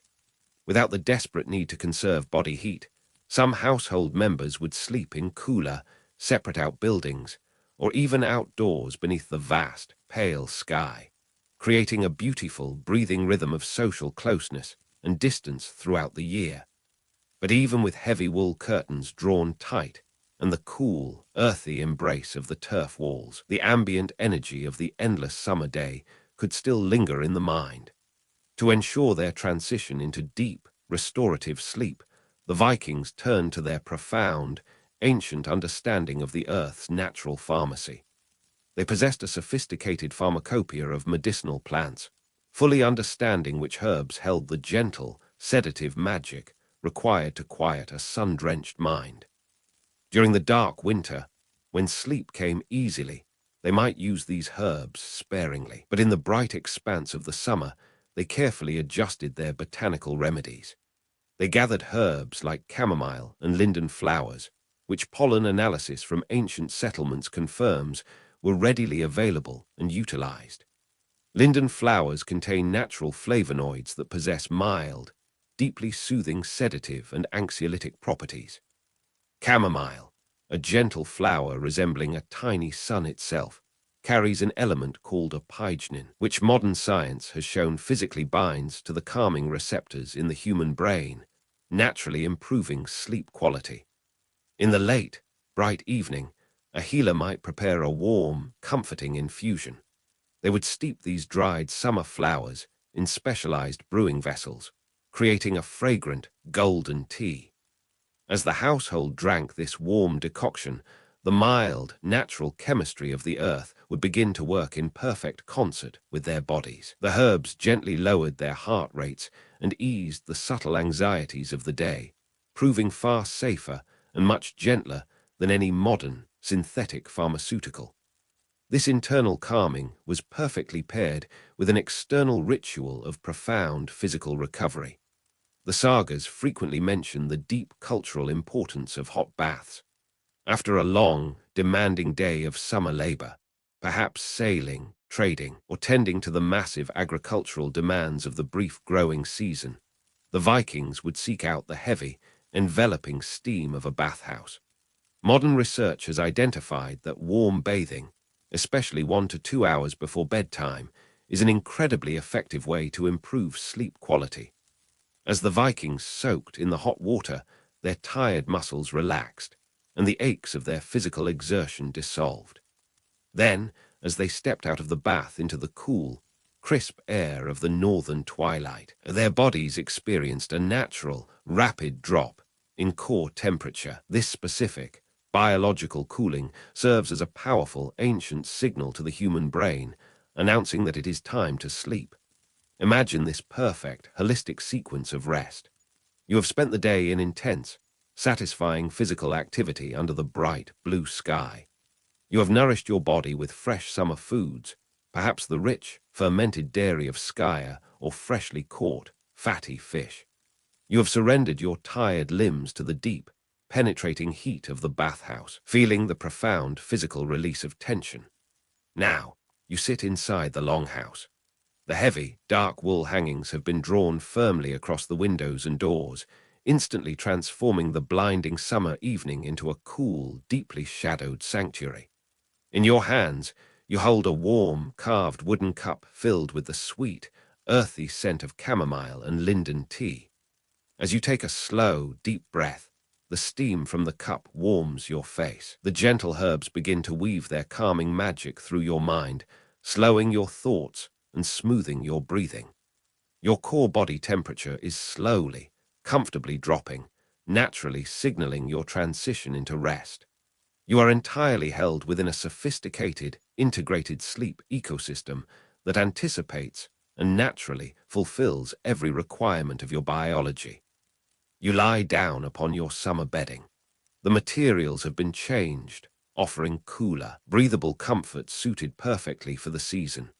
The world outside may still be bathed in the golden light of the midnight sun, but here, inside, you have crafted a perfect, unshakable night. The watchfulness of the day fades. The endless twilight gives way to a profound, internal quiet, and you drift, slowly and inevitably, into a deep, uninterrupted, and perfectly natural slumber. As the cool, heavy blanket of the crafted night settles entirely over your physical form, the boundaries of the waking world begin to blur and dissolve. Your body has been meticulously cared for by the physical sleep ecosystem of the Norse longhouse. The insulating wool, the responsive straw, the dim, warm light of the banked hearth, and the gentle, calming touch of the herbal infusions. Every biological requirement has been met. But true, profound sleep, the kind of rest that transcends mere physical recovery and touches the very depths of the human spirit, requires a different kind of surrender. It requires the absolute, willing surrender of the mind. In the modern era, The simple, natural act of falling asleep has been burdened by the heavy weight of intense, clinical scrutiny. The medicalization of sleep has transformed a deeply natural, ancient process into a rigid performance metric, creating a pervasive culture of sleep anxiety that actively undermines the very rest it attempts to measure. We lie awake in the dark, rigidly calculating hours, acutely aware of the passing time, forcing our rest into a single, consolidated 8-hour block, dictated by industrialization and rigid work schedules, rather than by human biology. This modern obsession with consolidated sleep is, in fact, a historical anomaly. It is a departure from the deeply rooted, flexible rhythms of our ancestors. The Norse cultural approach stands in stark, beautiful contrast to this modern anxiety. They appear to have treated sleep not as a problem to be frantically solved, nor as a luxury to be carefully measured and minimized, but simply as a natural, entirely necessary part of the living world. They experienced what we might call the Viking sleep paradox. Those who worried the least about optimizing their sleep were the ones who likely achieved the best, most restorative sleep in human history. Their profound rest emerged not from deliberate, anxious optimization, but as a completely natural consequence of a lifestyle perfectly aligned with human biology and environmental conditions. To achieve this state of deep psychological release, the Vikings relied on a powerful philosophical framework, a deeply ingrained worldview that allowed them to set down the heavy burdens of the future before they closed their eyes. This was the concept of weird or fate. The saga literature is woven with this concept, demonstrating a culture that deeply acknowledged the absolute limits of personal control over future outcomes. The Norse people understood that the Norns, the three ancient, wise women sitting at the base of the world tree, were already spinning the threads of destiny. What was meant to be would be. This cultural emphasis on acknowledging the role of fate alongside personal action represents an incredibly sophisticated psychological balance that would have strongly supported healthy, untroubled sleep.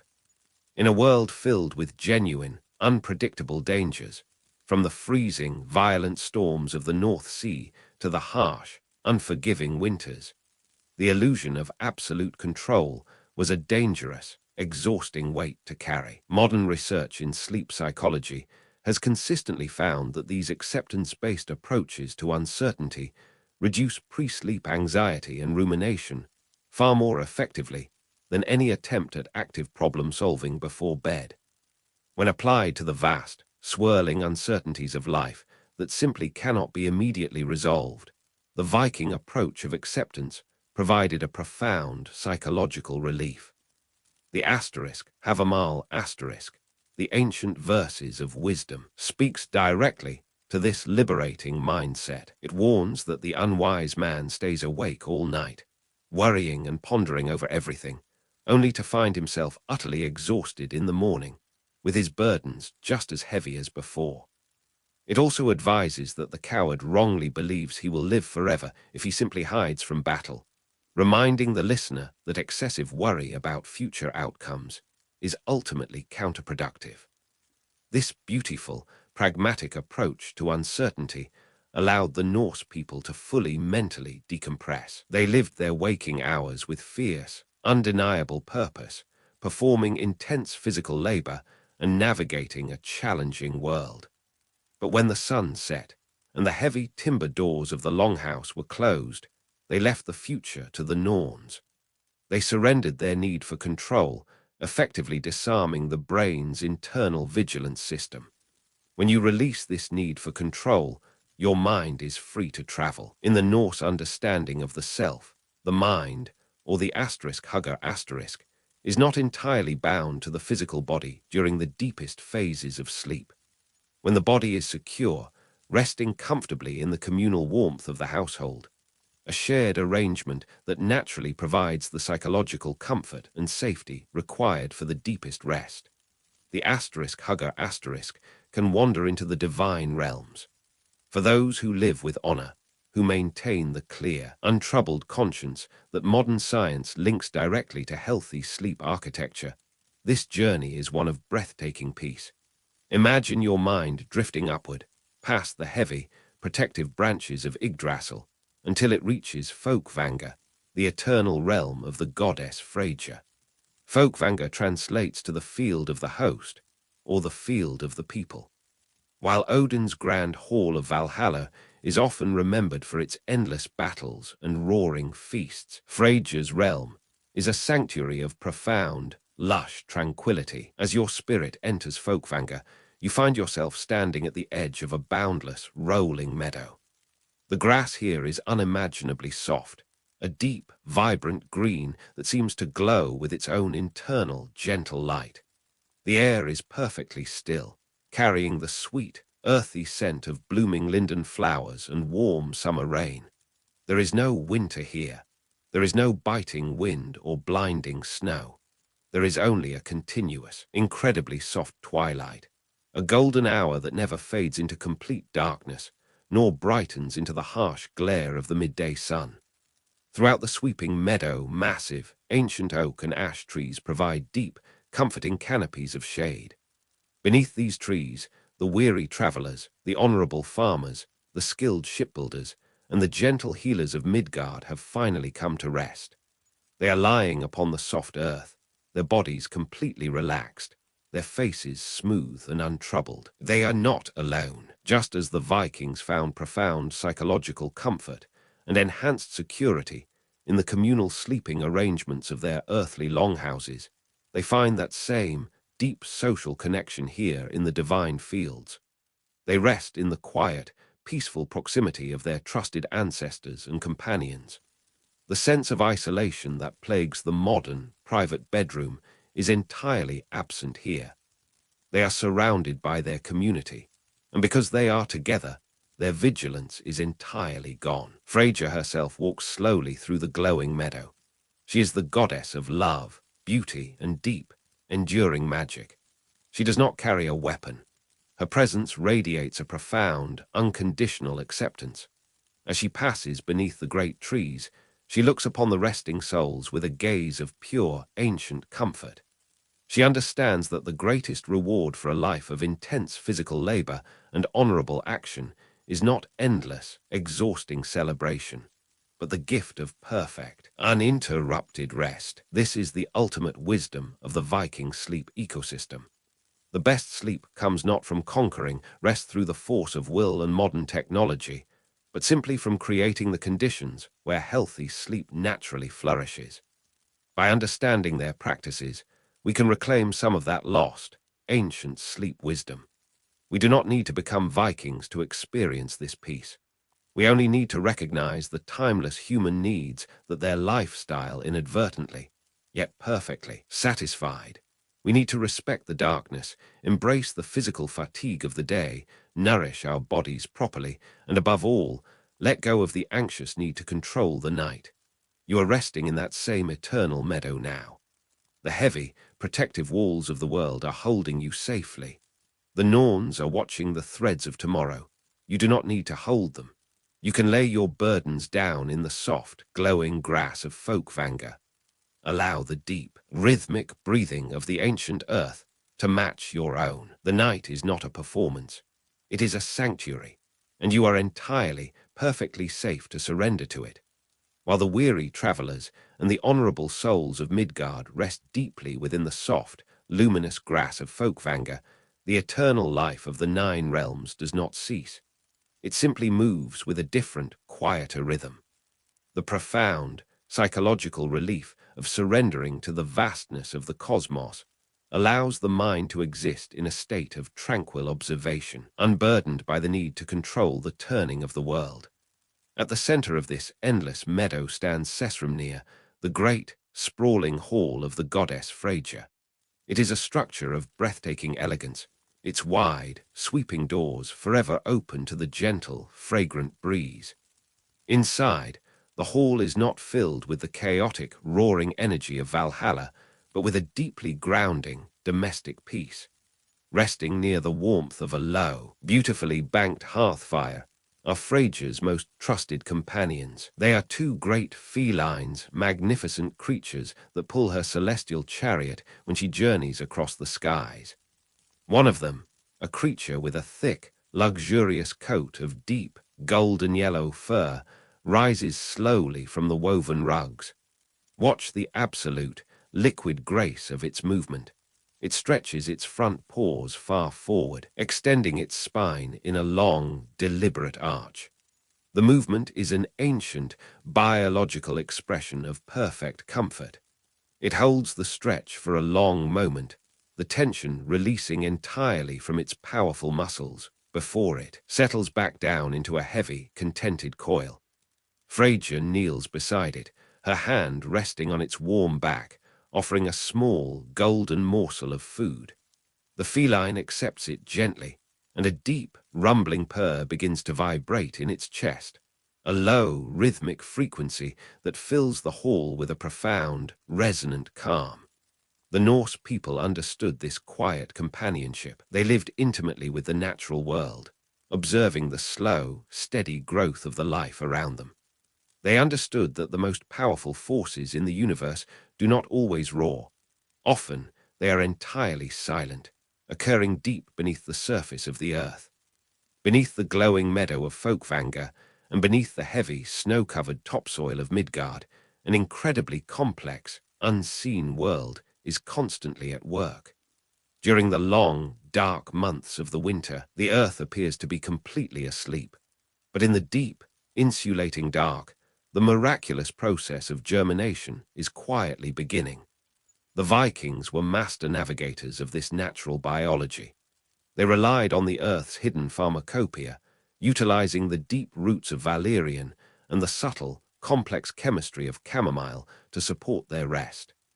They knew that beneath the frost, ancient seeds were undergoing profound transformations. Hidden from the light, complex secondary metabolites and rich chemical structures were slowly being synthesized within the roots and stems of the flora, quietly preparing the soothing, aromatic compounds that would eventually bloom in the spring. There is no rushing this delicate, underground chemistry. A seed cannot be forced to sprout before the soil has completed its slow, necessary turning. The Norse people embodied this patience, trusting in the invisible, steady rhythms of nature, just as they trusted the inevitable return of the morning sun. This deep, subterranean world of slow, focused transformation mirrors another realm entirely. Far below the roots of the forests, beneath the oceans and the mountains, lies Svartalfheim. This is the realm of the dwarves, the master craftsmen of the cosmos. Svartalfheim is a world of endless, cavernous stone, illuminated not by the sun or the moon, but by the warm, constant, yellow-red glow of thousands of deep earth forges. The light here perfectly mimics the banked coals of a Viking hearthfire, emitting a warm spectrum glow that is entirely free of the harsh, bright light that disrupts the mind's peace.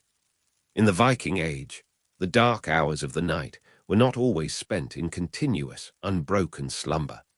During the long, freezing months of winter, the Norse people naturally awoke between their first and second sleep, entering a profoundly peaceful midnight waking period.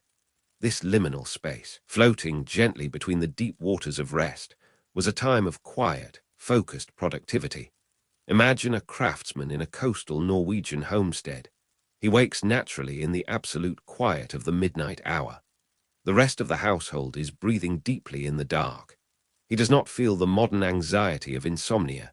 Instead, he feels a deep, hormonal wash of prolactin, a natural sense of well-being and calm.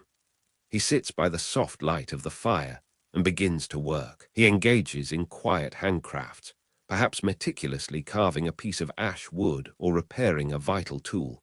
There is no rush. There is only the slow, meditative movement of his hands in the warm shadows. This is the exact, unhurried rhythm of Svartalfheim. Deep in the glowing caverns, the dwarven brothers Brocker and Sindri stand at their massive, ancient anvil. They are not rushing. Their bellows, constructed from thick, supple leather, breathe in and out with the slow, massive capacity of a giant's lungs. The air is pushed into the deep embers, causing the rare metals within to glow with a brilliant, mesmerizing heat. Sindri, the master smith, places a piece of precious, starlit metal upon the anvil. Brocker raises his heavy hammer. When the hammer strikes the metal, it does not make a harsh, clanging noise. Because of the absolute perfection of their craft, the sound is musical. It is a steady, rhythmic asterisk clink, clink, clink asterisk, echoing softly down the endless, winding tunnels of stone. It is the sound of absolute focus, of chaotic, raw elements being slowly, patiently ordered into something of breathtaking beauty. The gods of Asgard frequently relied on this deep, subterranean focus. It was the dwarves who forged the greatest, most powerful treasures in all the 9 realms. They worked the metal to create Gungnir, the spear of Odin, which never misses its mark and represents the unwavering, piercing nature of true wisdom. Right now, beneath the striking hammer of Brocker, something new is beginning to take shape. Sindri is weaving incredibly fine, microscopic threads of pure, molten gold. He is crafting a replacement for the beautiful golden hair of the goddess Sif, which had been stolen by the trickster Loki. The dwarves work with an astonishing, microscopic precision, manipulating the gold until it is as soft, fluid, and vibrant as natural hair. They understand that true mastery requires time, an unbroken flow of concentration that cannot be fragmented by the distractions of the world above. The rhythmic striking continues, a steady, hypnotic pulse deep within the chest of the earth. The firelight dances across the stone walls, casting long, slow-moving shadows. The gold begins to cool, holding the warmth of the forge within its incredibly delicate strands, waiting for the moment it will be carried up from the dark, quiet depths of Svartalfheim and presented to the light of the gods above. The slow, hypnotic rhythm of the hammer striking the anvil continues to echo through the deep, insulated caverns of Svartalfheim. It is a sound not of disturbance, but of profound, concentrated peace. This steady, rhythmic creation perfectly mirrors the deeply ingrained habits of the Norse people during their own dark hours. In the Viking Age, the midnight waking period was not a time of restlessness, but a highly valued time of quiet productivity and social connection. When the Vikings naturally awoke between their first and second sleep, their minds were bathed in a surge of prolactin, a hormone that blankets the consciousness in a deep, peaceful sense of well-being. They did not lie in the dark experiencing the anxious insomnia of the modern world. Instead, they rose quietly and engaged in focused, calming craftwork.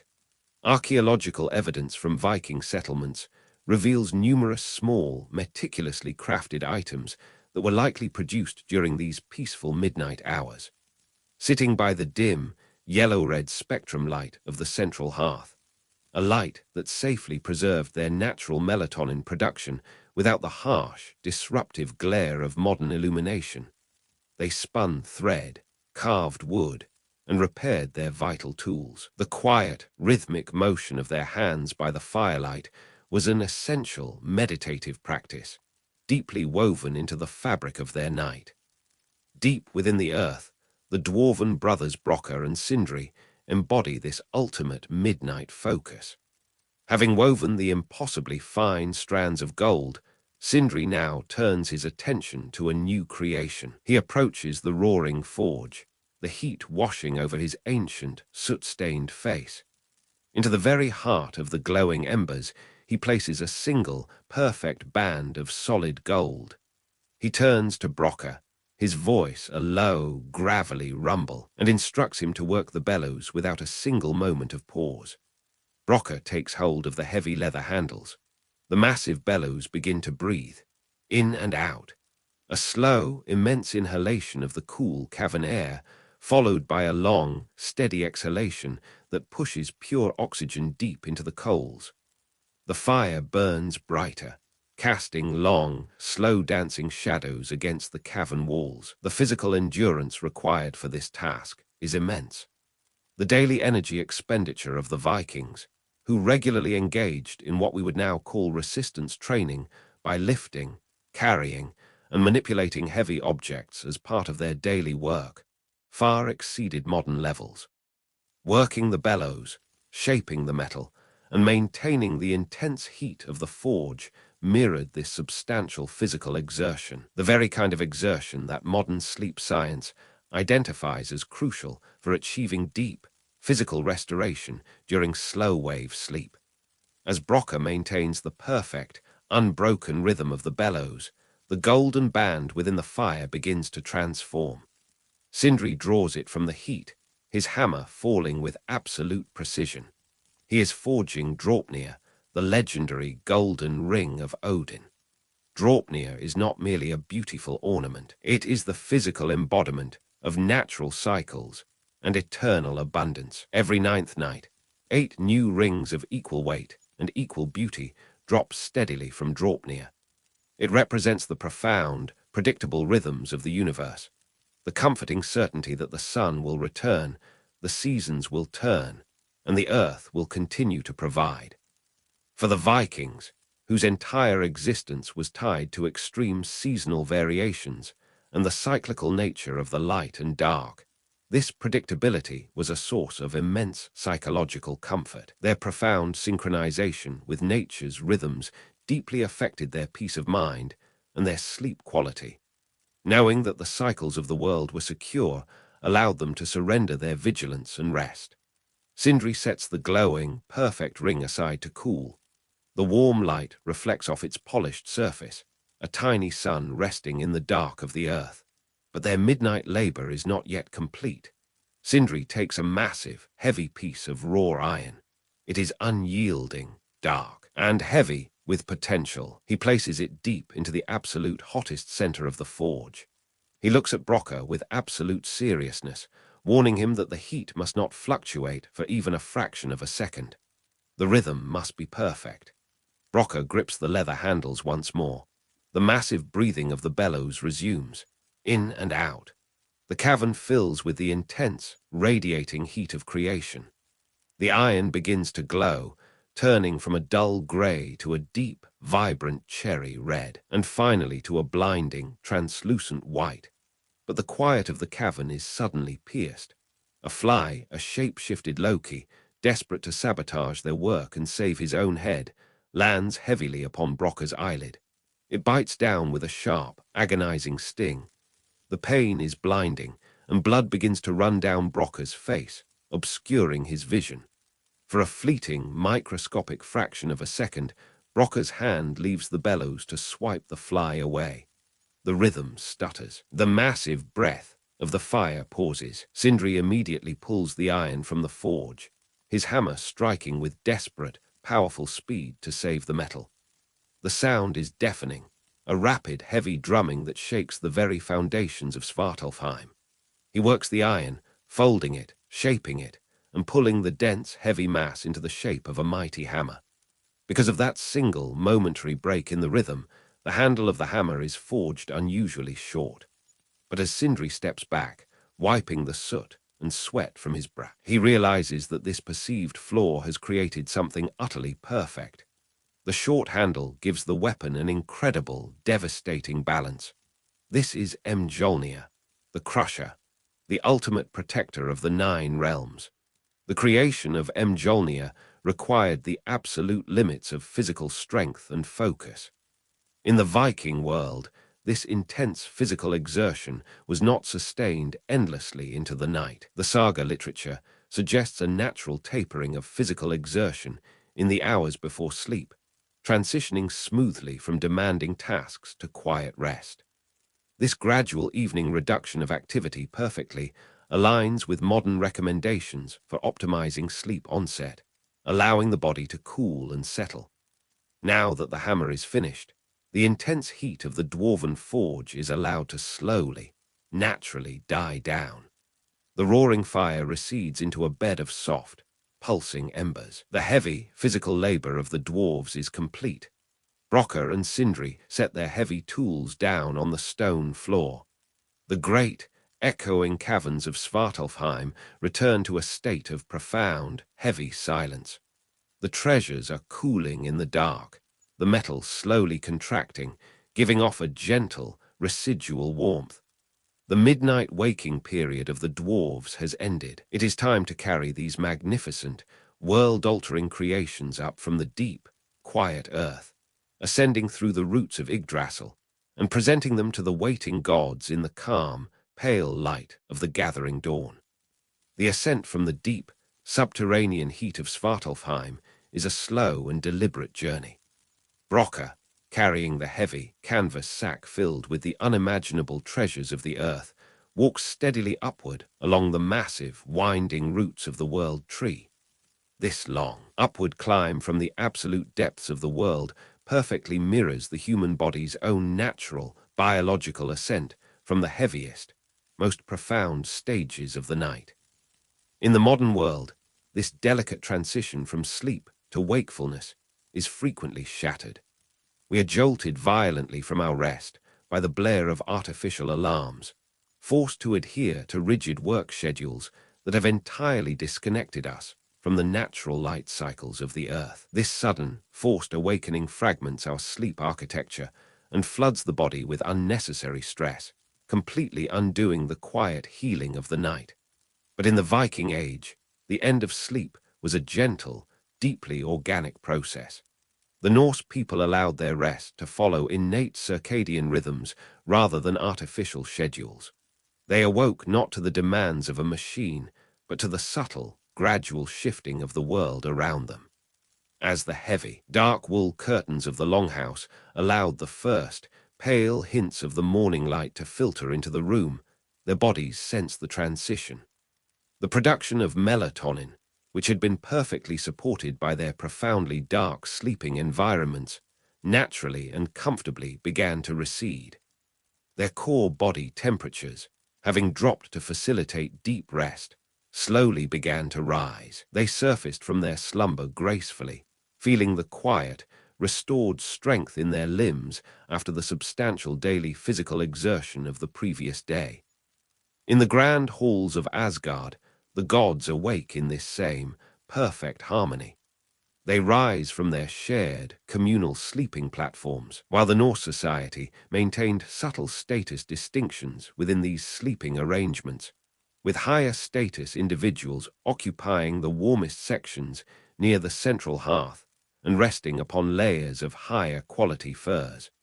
The fundamental, psychological benefits of this physical closeness were shared by all. By waking in the physical presence of trusted others, the gods, like the mortals below, began their day enveloped in a profound sense of social connection and psychological comfort.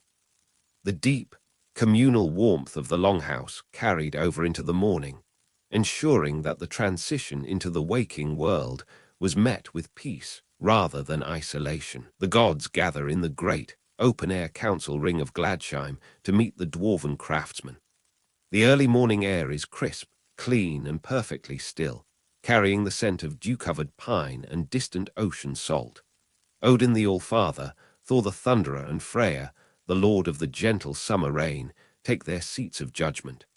Broca steps forward, setting his heavy sack upon the ancient stone table. The gods sit in quiet, relaxed anticipation. There is no rushed anxiety, no frantic urgency to begin the day's labor.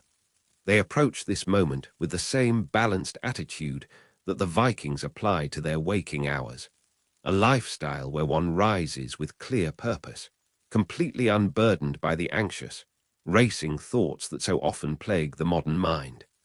First, Broca draws forth the impossibly fine, shimmering strands of golden hair forged by his brother Sindri. He presents it to Sif, the wife of Thor. As the golden threads touch her head, they instantly take root, flowing down her shoulders in a radiant, living cascade of pure light. The natural beauty and order of the world, which had been selfishly disrupted by the trickster Loki, are instantly, flawlessly restored. Next, Broca turns to the All-Father. From his soot-stained hands, he produces Draupnir, the heavy, flawless golden ring. Odin takes the ring, understanding its profound magic. He knows that every ninth night, this ring will multiply, endlessly replicating its own wealth.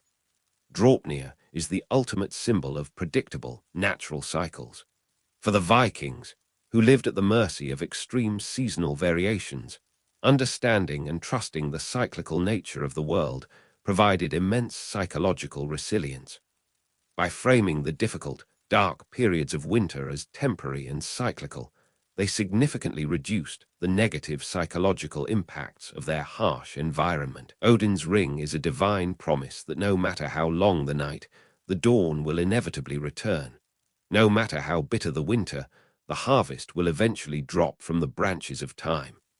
This profound certainty settles the mind, creating the exact psychological framework that supports healthy, untroubled rest. Finally, Broca turns to Thor. He reaches deep into the sack and pulls forth the massive, heavy iron hammer, Mjolnir. He places it on the stone table, and the sheer density of the weapon seems to anchor the very fabric of the morning. Broca explains that the hammer will never shatter, no matter how hard it is struck. It will never miss its target, and whenever it is thrown, it will always return perfectly to the thrower's hand. Thor grasps the short, perfectly balanced handle. In that single moment, the ultimate defense of the 9 realms is secured. Modern sleep research has identified perceived safety as the most fundamental prerequisite for quality sleep. The brain's vigilance system must determine that an environment is entirely secure before allowing the absolute vulnerability of rest. By combining their physical defensive structures with their communal living spaces, the Vikings created conditions of immense perceived safety. Mjolnir represents this exact, impenetrable defense on a cosmic scale. With the hammer in Thor's hand, the gods know that neither the chaos of the frost giants nor the unpredictable terrors of the dark can ever breach their walls. They are safe. The gods sit back, deeply moved by the perfection of the dwarven crafts. With unanimous, unified voices, they declare that Broca and Sindri have won the wager.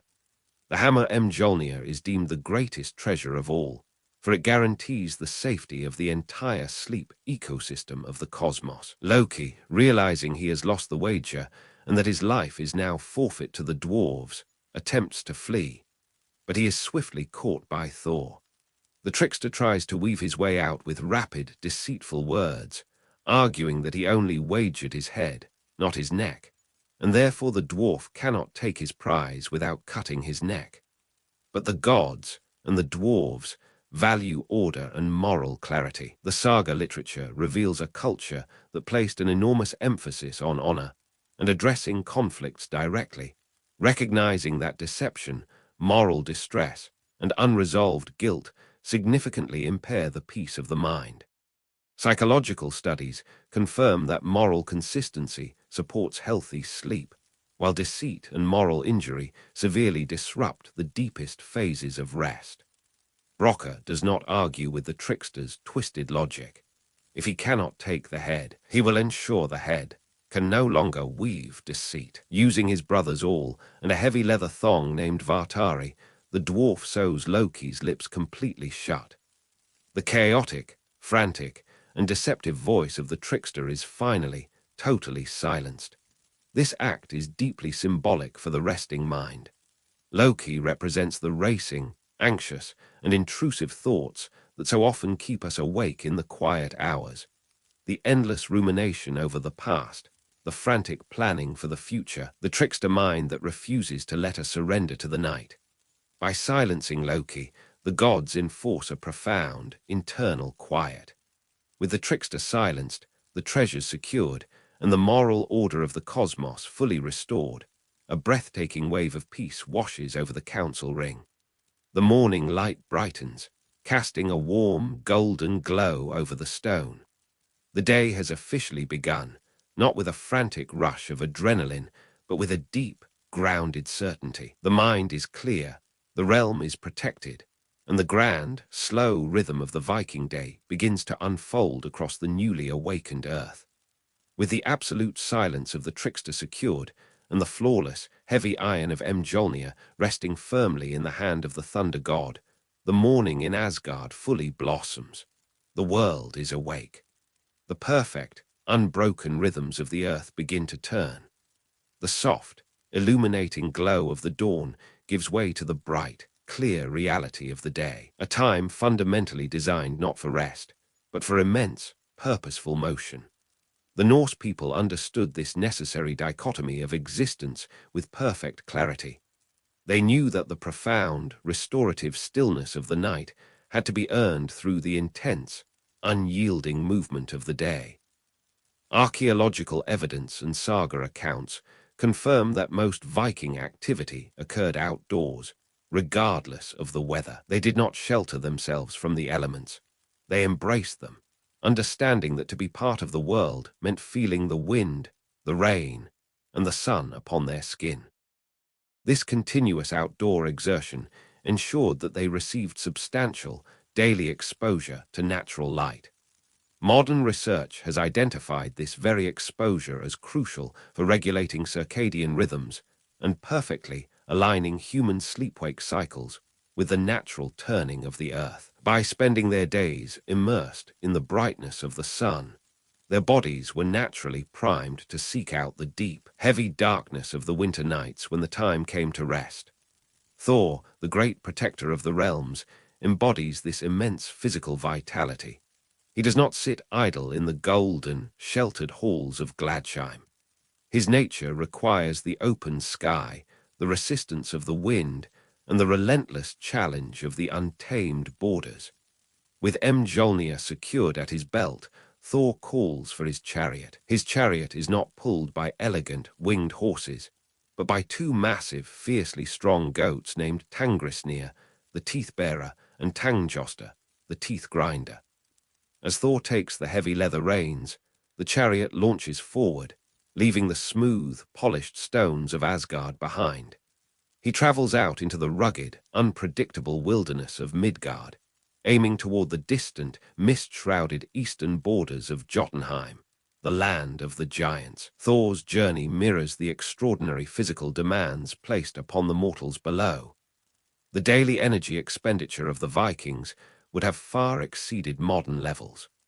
Skeletal remains from the era reveal distinctive muscle attachment patterns and a deep bone density that universally indicates significantly higher, more intense activity levels than our sedentary modern populations. It is estimated that Viking farmers, craftspeople, and warriors regularly expended 3,000 to 4,000 calories daily through their sheer physical activity. As Thor's chariot rolls like thunder across the sky, crossing over jagged mountain peaks and vast, dark oceans, he arrives at the edge of a great, churning sea. The journey requires him to leave his chariot behind and cross the water. To do so, he relies on the fundamental, powerful rhythm of Norse maritime culture. The physical act of rowing across the fjords and the open ocean was a central, demanding activity in Viking life. Examination of male Viking skeletons frequently shows the asymmetrical development of arm and shoulder muscles, consistent with regular, heavy rowing.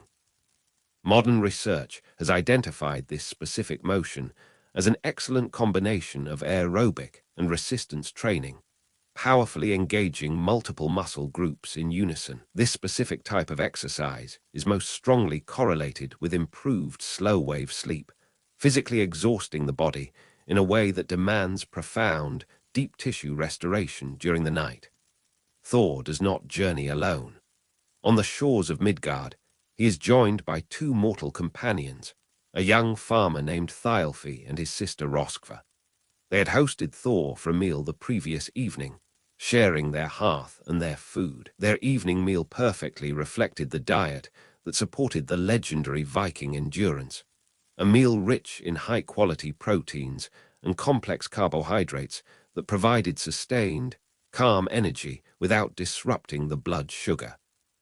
Now, Thialfi and Roskva travel with the thunder god.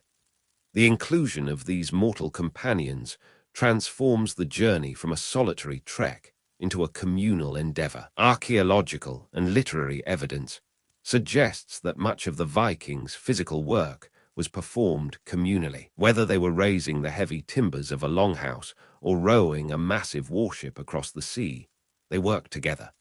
Modern research has found that this kind of social exercise possesses particularly powerful benefits for sleep quality. The combination of intense physical activity and positive social engagement creates a remarkably effective stimulus for the brain, uniquely combining physical fatigue with the psychological comfort of shared effort. As Thor, Thialfi, and Loki, who had been unstitched to serve as a guide, row their small vessel across the vast, grey expanse of the water, they move as one.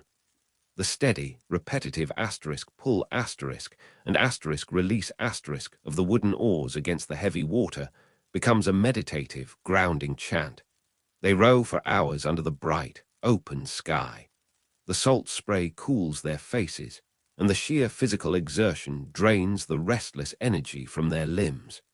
This is the natural, necessary fatigue that modern humanity has largely lost. The shift from consistent, daily physical exertion to sedentary lifestyles punctuated by occasional, frantic exercise represents one of the most significant, detrimental changes in human sleep hygiene over the past millennium.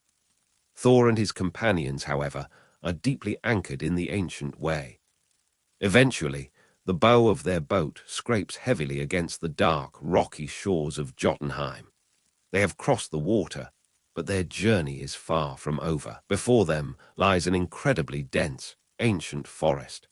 The trees are massive, their thick trunks covered in pale green moss, and their intertwined branches forming a heavy, impenetrable canopy that immediately blocks out the sun. As they step into the deep woods, the bright, active energy of the day begins to fade. The extreme seasonal variations and the rugged terrain dictate a shift in their pace. The air grows significantly cooler, and the shadows begin to lengthen and stretch across the forest floor. They walk for hours through the deep, silent timber, the sound of their footsteps muffled by centuries of fallen pine needles. The transition from the intense aerobic exertion of rowing to the slow, steady walking through the forest mirrors the natural tapering of physical exertion that the Vikings instinctively practiced in the hours before sleep. This gradual reduction of activity perfectly aligns with modern recommendations for optimizing the body's descent into rest, allowing the heart rate to slow and the core temperature to begin its necessary downward shift. As the deep, heavy darkness of the Jotunheim night completely overtakes the forest, the need for shelter becomes absolute. The wilderness is unpredictable, and in the Viking Age, physical safety could never be taken for granted. The *Havamál* explicitly advises travelers to remain deeply vigilant in unknown lands. It warns that one should never sleep carelessly in the house of a stranger, noting that many a man who appears harmless can prove harmful when the deep night comes. To survive the night, travelers relied heavily on communal sleeping. In such situations, travelers would be surrounded by others, significantly reducing their individual vulnerability. Thor and his companions look through the impenetrable darkness, seeking a place where they can gather together and create a perimeter of perceived safety, a fundamental requirement for the brain to allow the vulnerability of sleep. Suddenly, looming out of the blackness, they see a massive, bizarre structure. It appears to be an enormous, cavernous hall with a completely open, cavernous doorway that spans the entire width of the building. With the wind beginning to howl through the frozen branches and the temperature dropping rapidly, they do not hesitate. They step inside the vast, dark expanse. The floor is strange, uneven, and devoid of the familiar, comforting layers of straw and wool that they would find in a proper Norse longhouse. But it provides a thick, impenetrable barrier against the freezing wind. They move deep into the back of the structure, where they find a smaller side chamber branching off from the main hall. Here, in this small, enclosed space, Thor, Loki, Thialfi, and Roskva sit closely together. The vastness of the dark forest is shut out. They huddle in the pitch black, their shoulders touching, relying entirely on the shared body heat and the psychological comfort of their proximity to ward off the chill and the anxiety of the unknown. As the sheer exhaustion of their immense daily exertion finally overtakes them, they close their eyes. They are entirely unaware that they have not walked into a building at all. They are resting deep inside the thumb of a colossal, discarded glove, belonging to a giant of unimaginable proportions. The deep night of Jotunheim surrounds them, full of massive, unseen movements, while they wait for whatever the strange dawn will bring. As the deep, impenetrable night of Jotunheim stretches on, the profound silence of the wilderness is suddenly broken by a deep, terrifying vibration. The ground beneath Thor and his companions begins to shudder. It is not the sharp, violent crack of a mortal earthquake, but a slow, massive, rhythmic rolling that shakes the very roots of the ancient trees. In the absolute pitch black of the side chamber, Thor, Thialfi, Roskva, and Loki sit up. The sheer unpredictability of the wilderness has manifested. Yet, because they are huddled together in their communal sleeping arrangement, their shared presence provides a crucial layer of psychological comfort and perceived safety. They are not alone in the dark.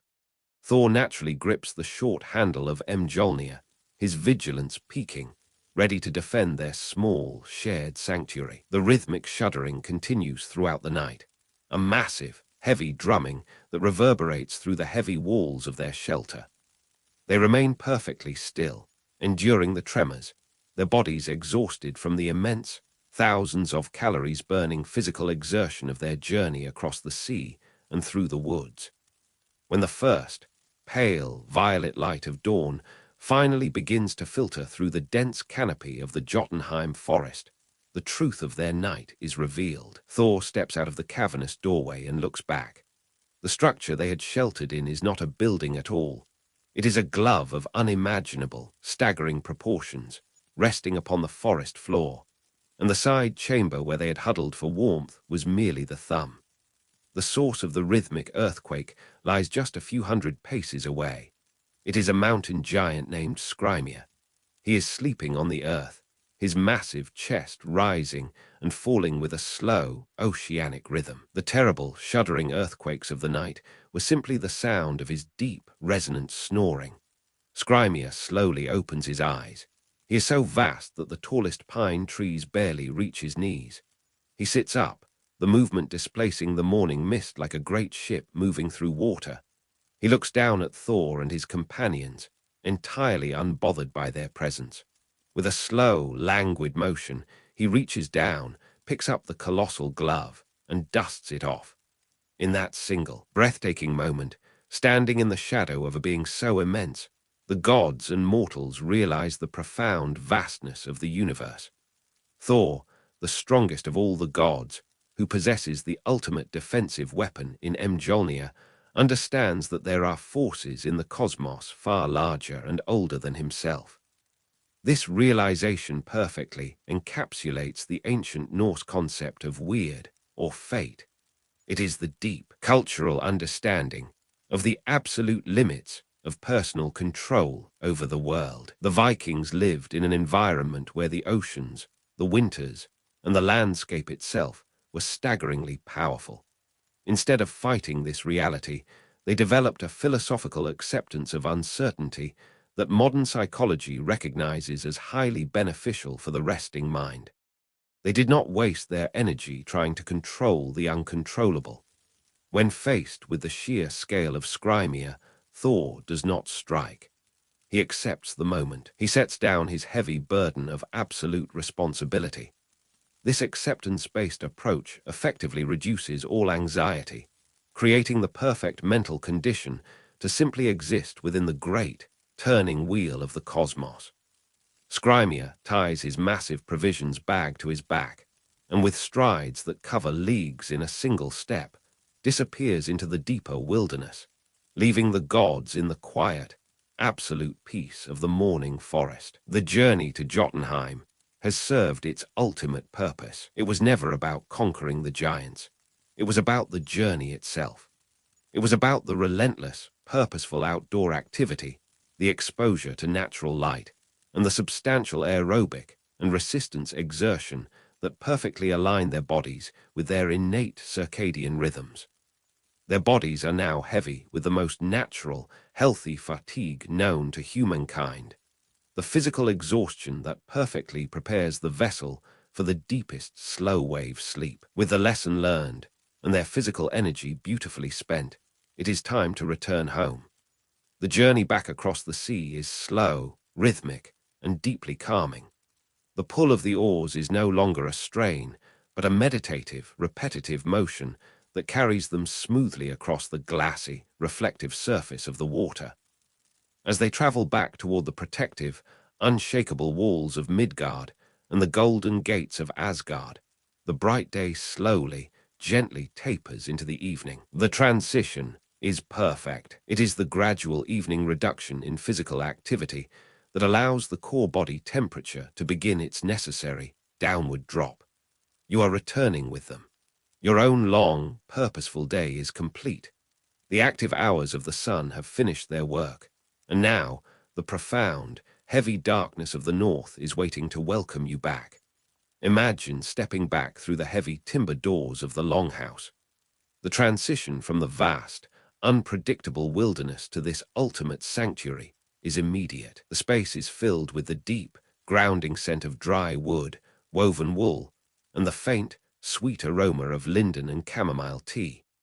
The central hearthfire has been carefully banked down. It emits only the softest, dimmest yellow-red spectrum light, ensuring that your natural melatonin production reaches its absolute, optimal peak.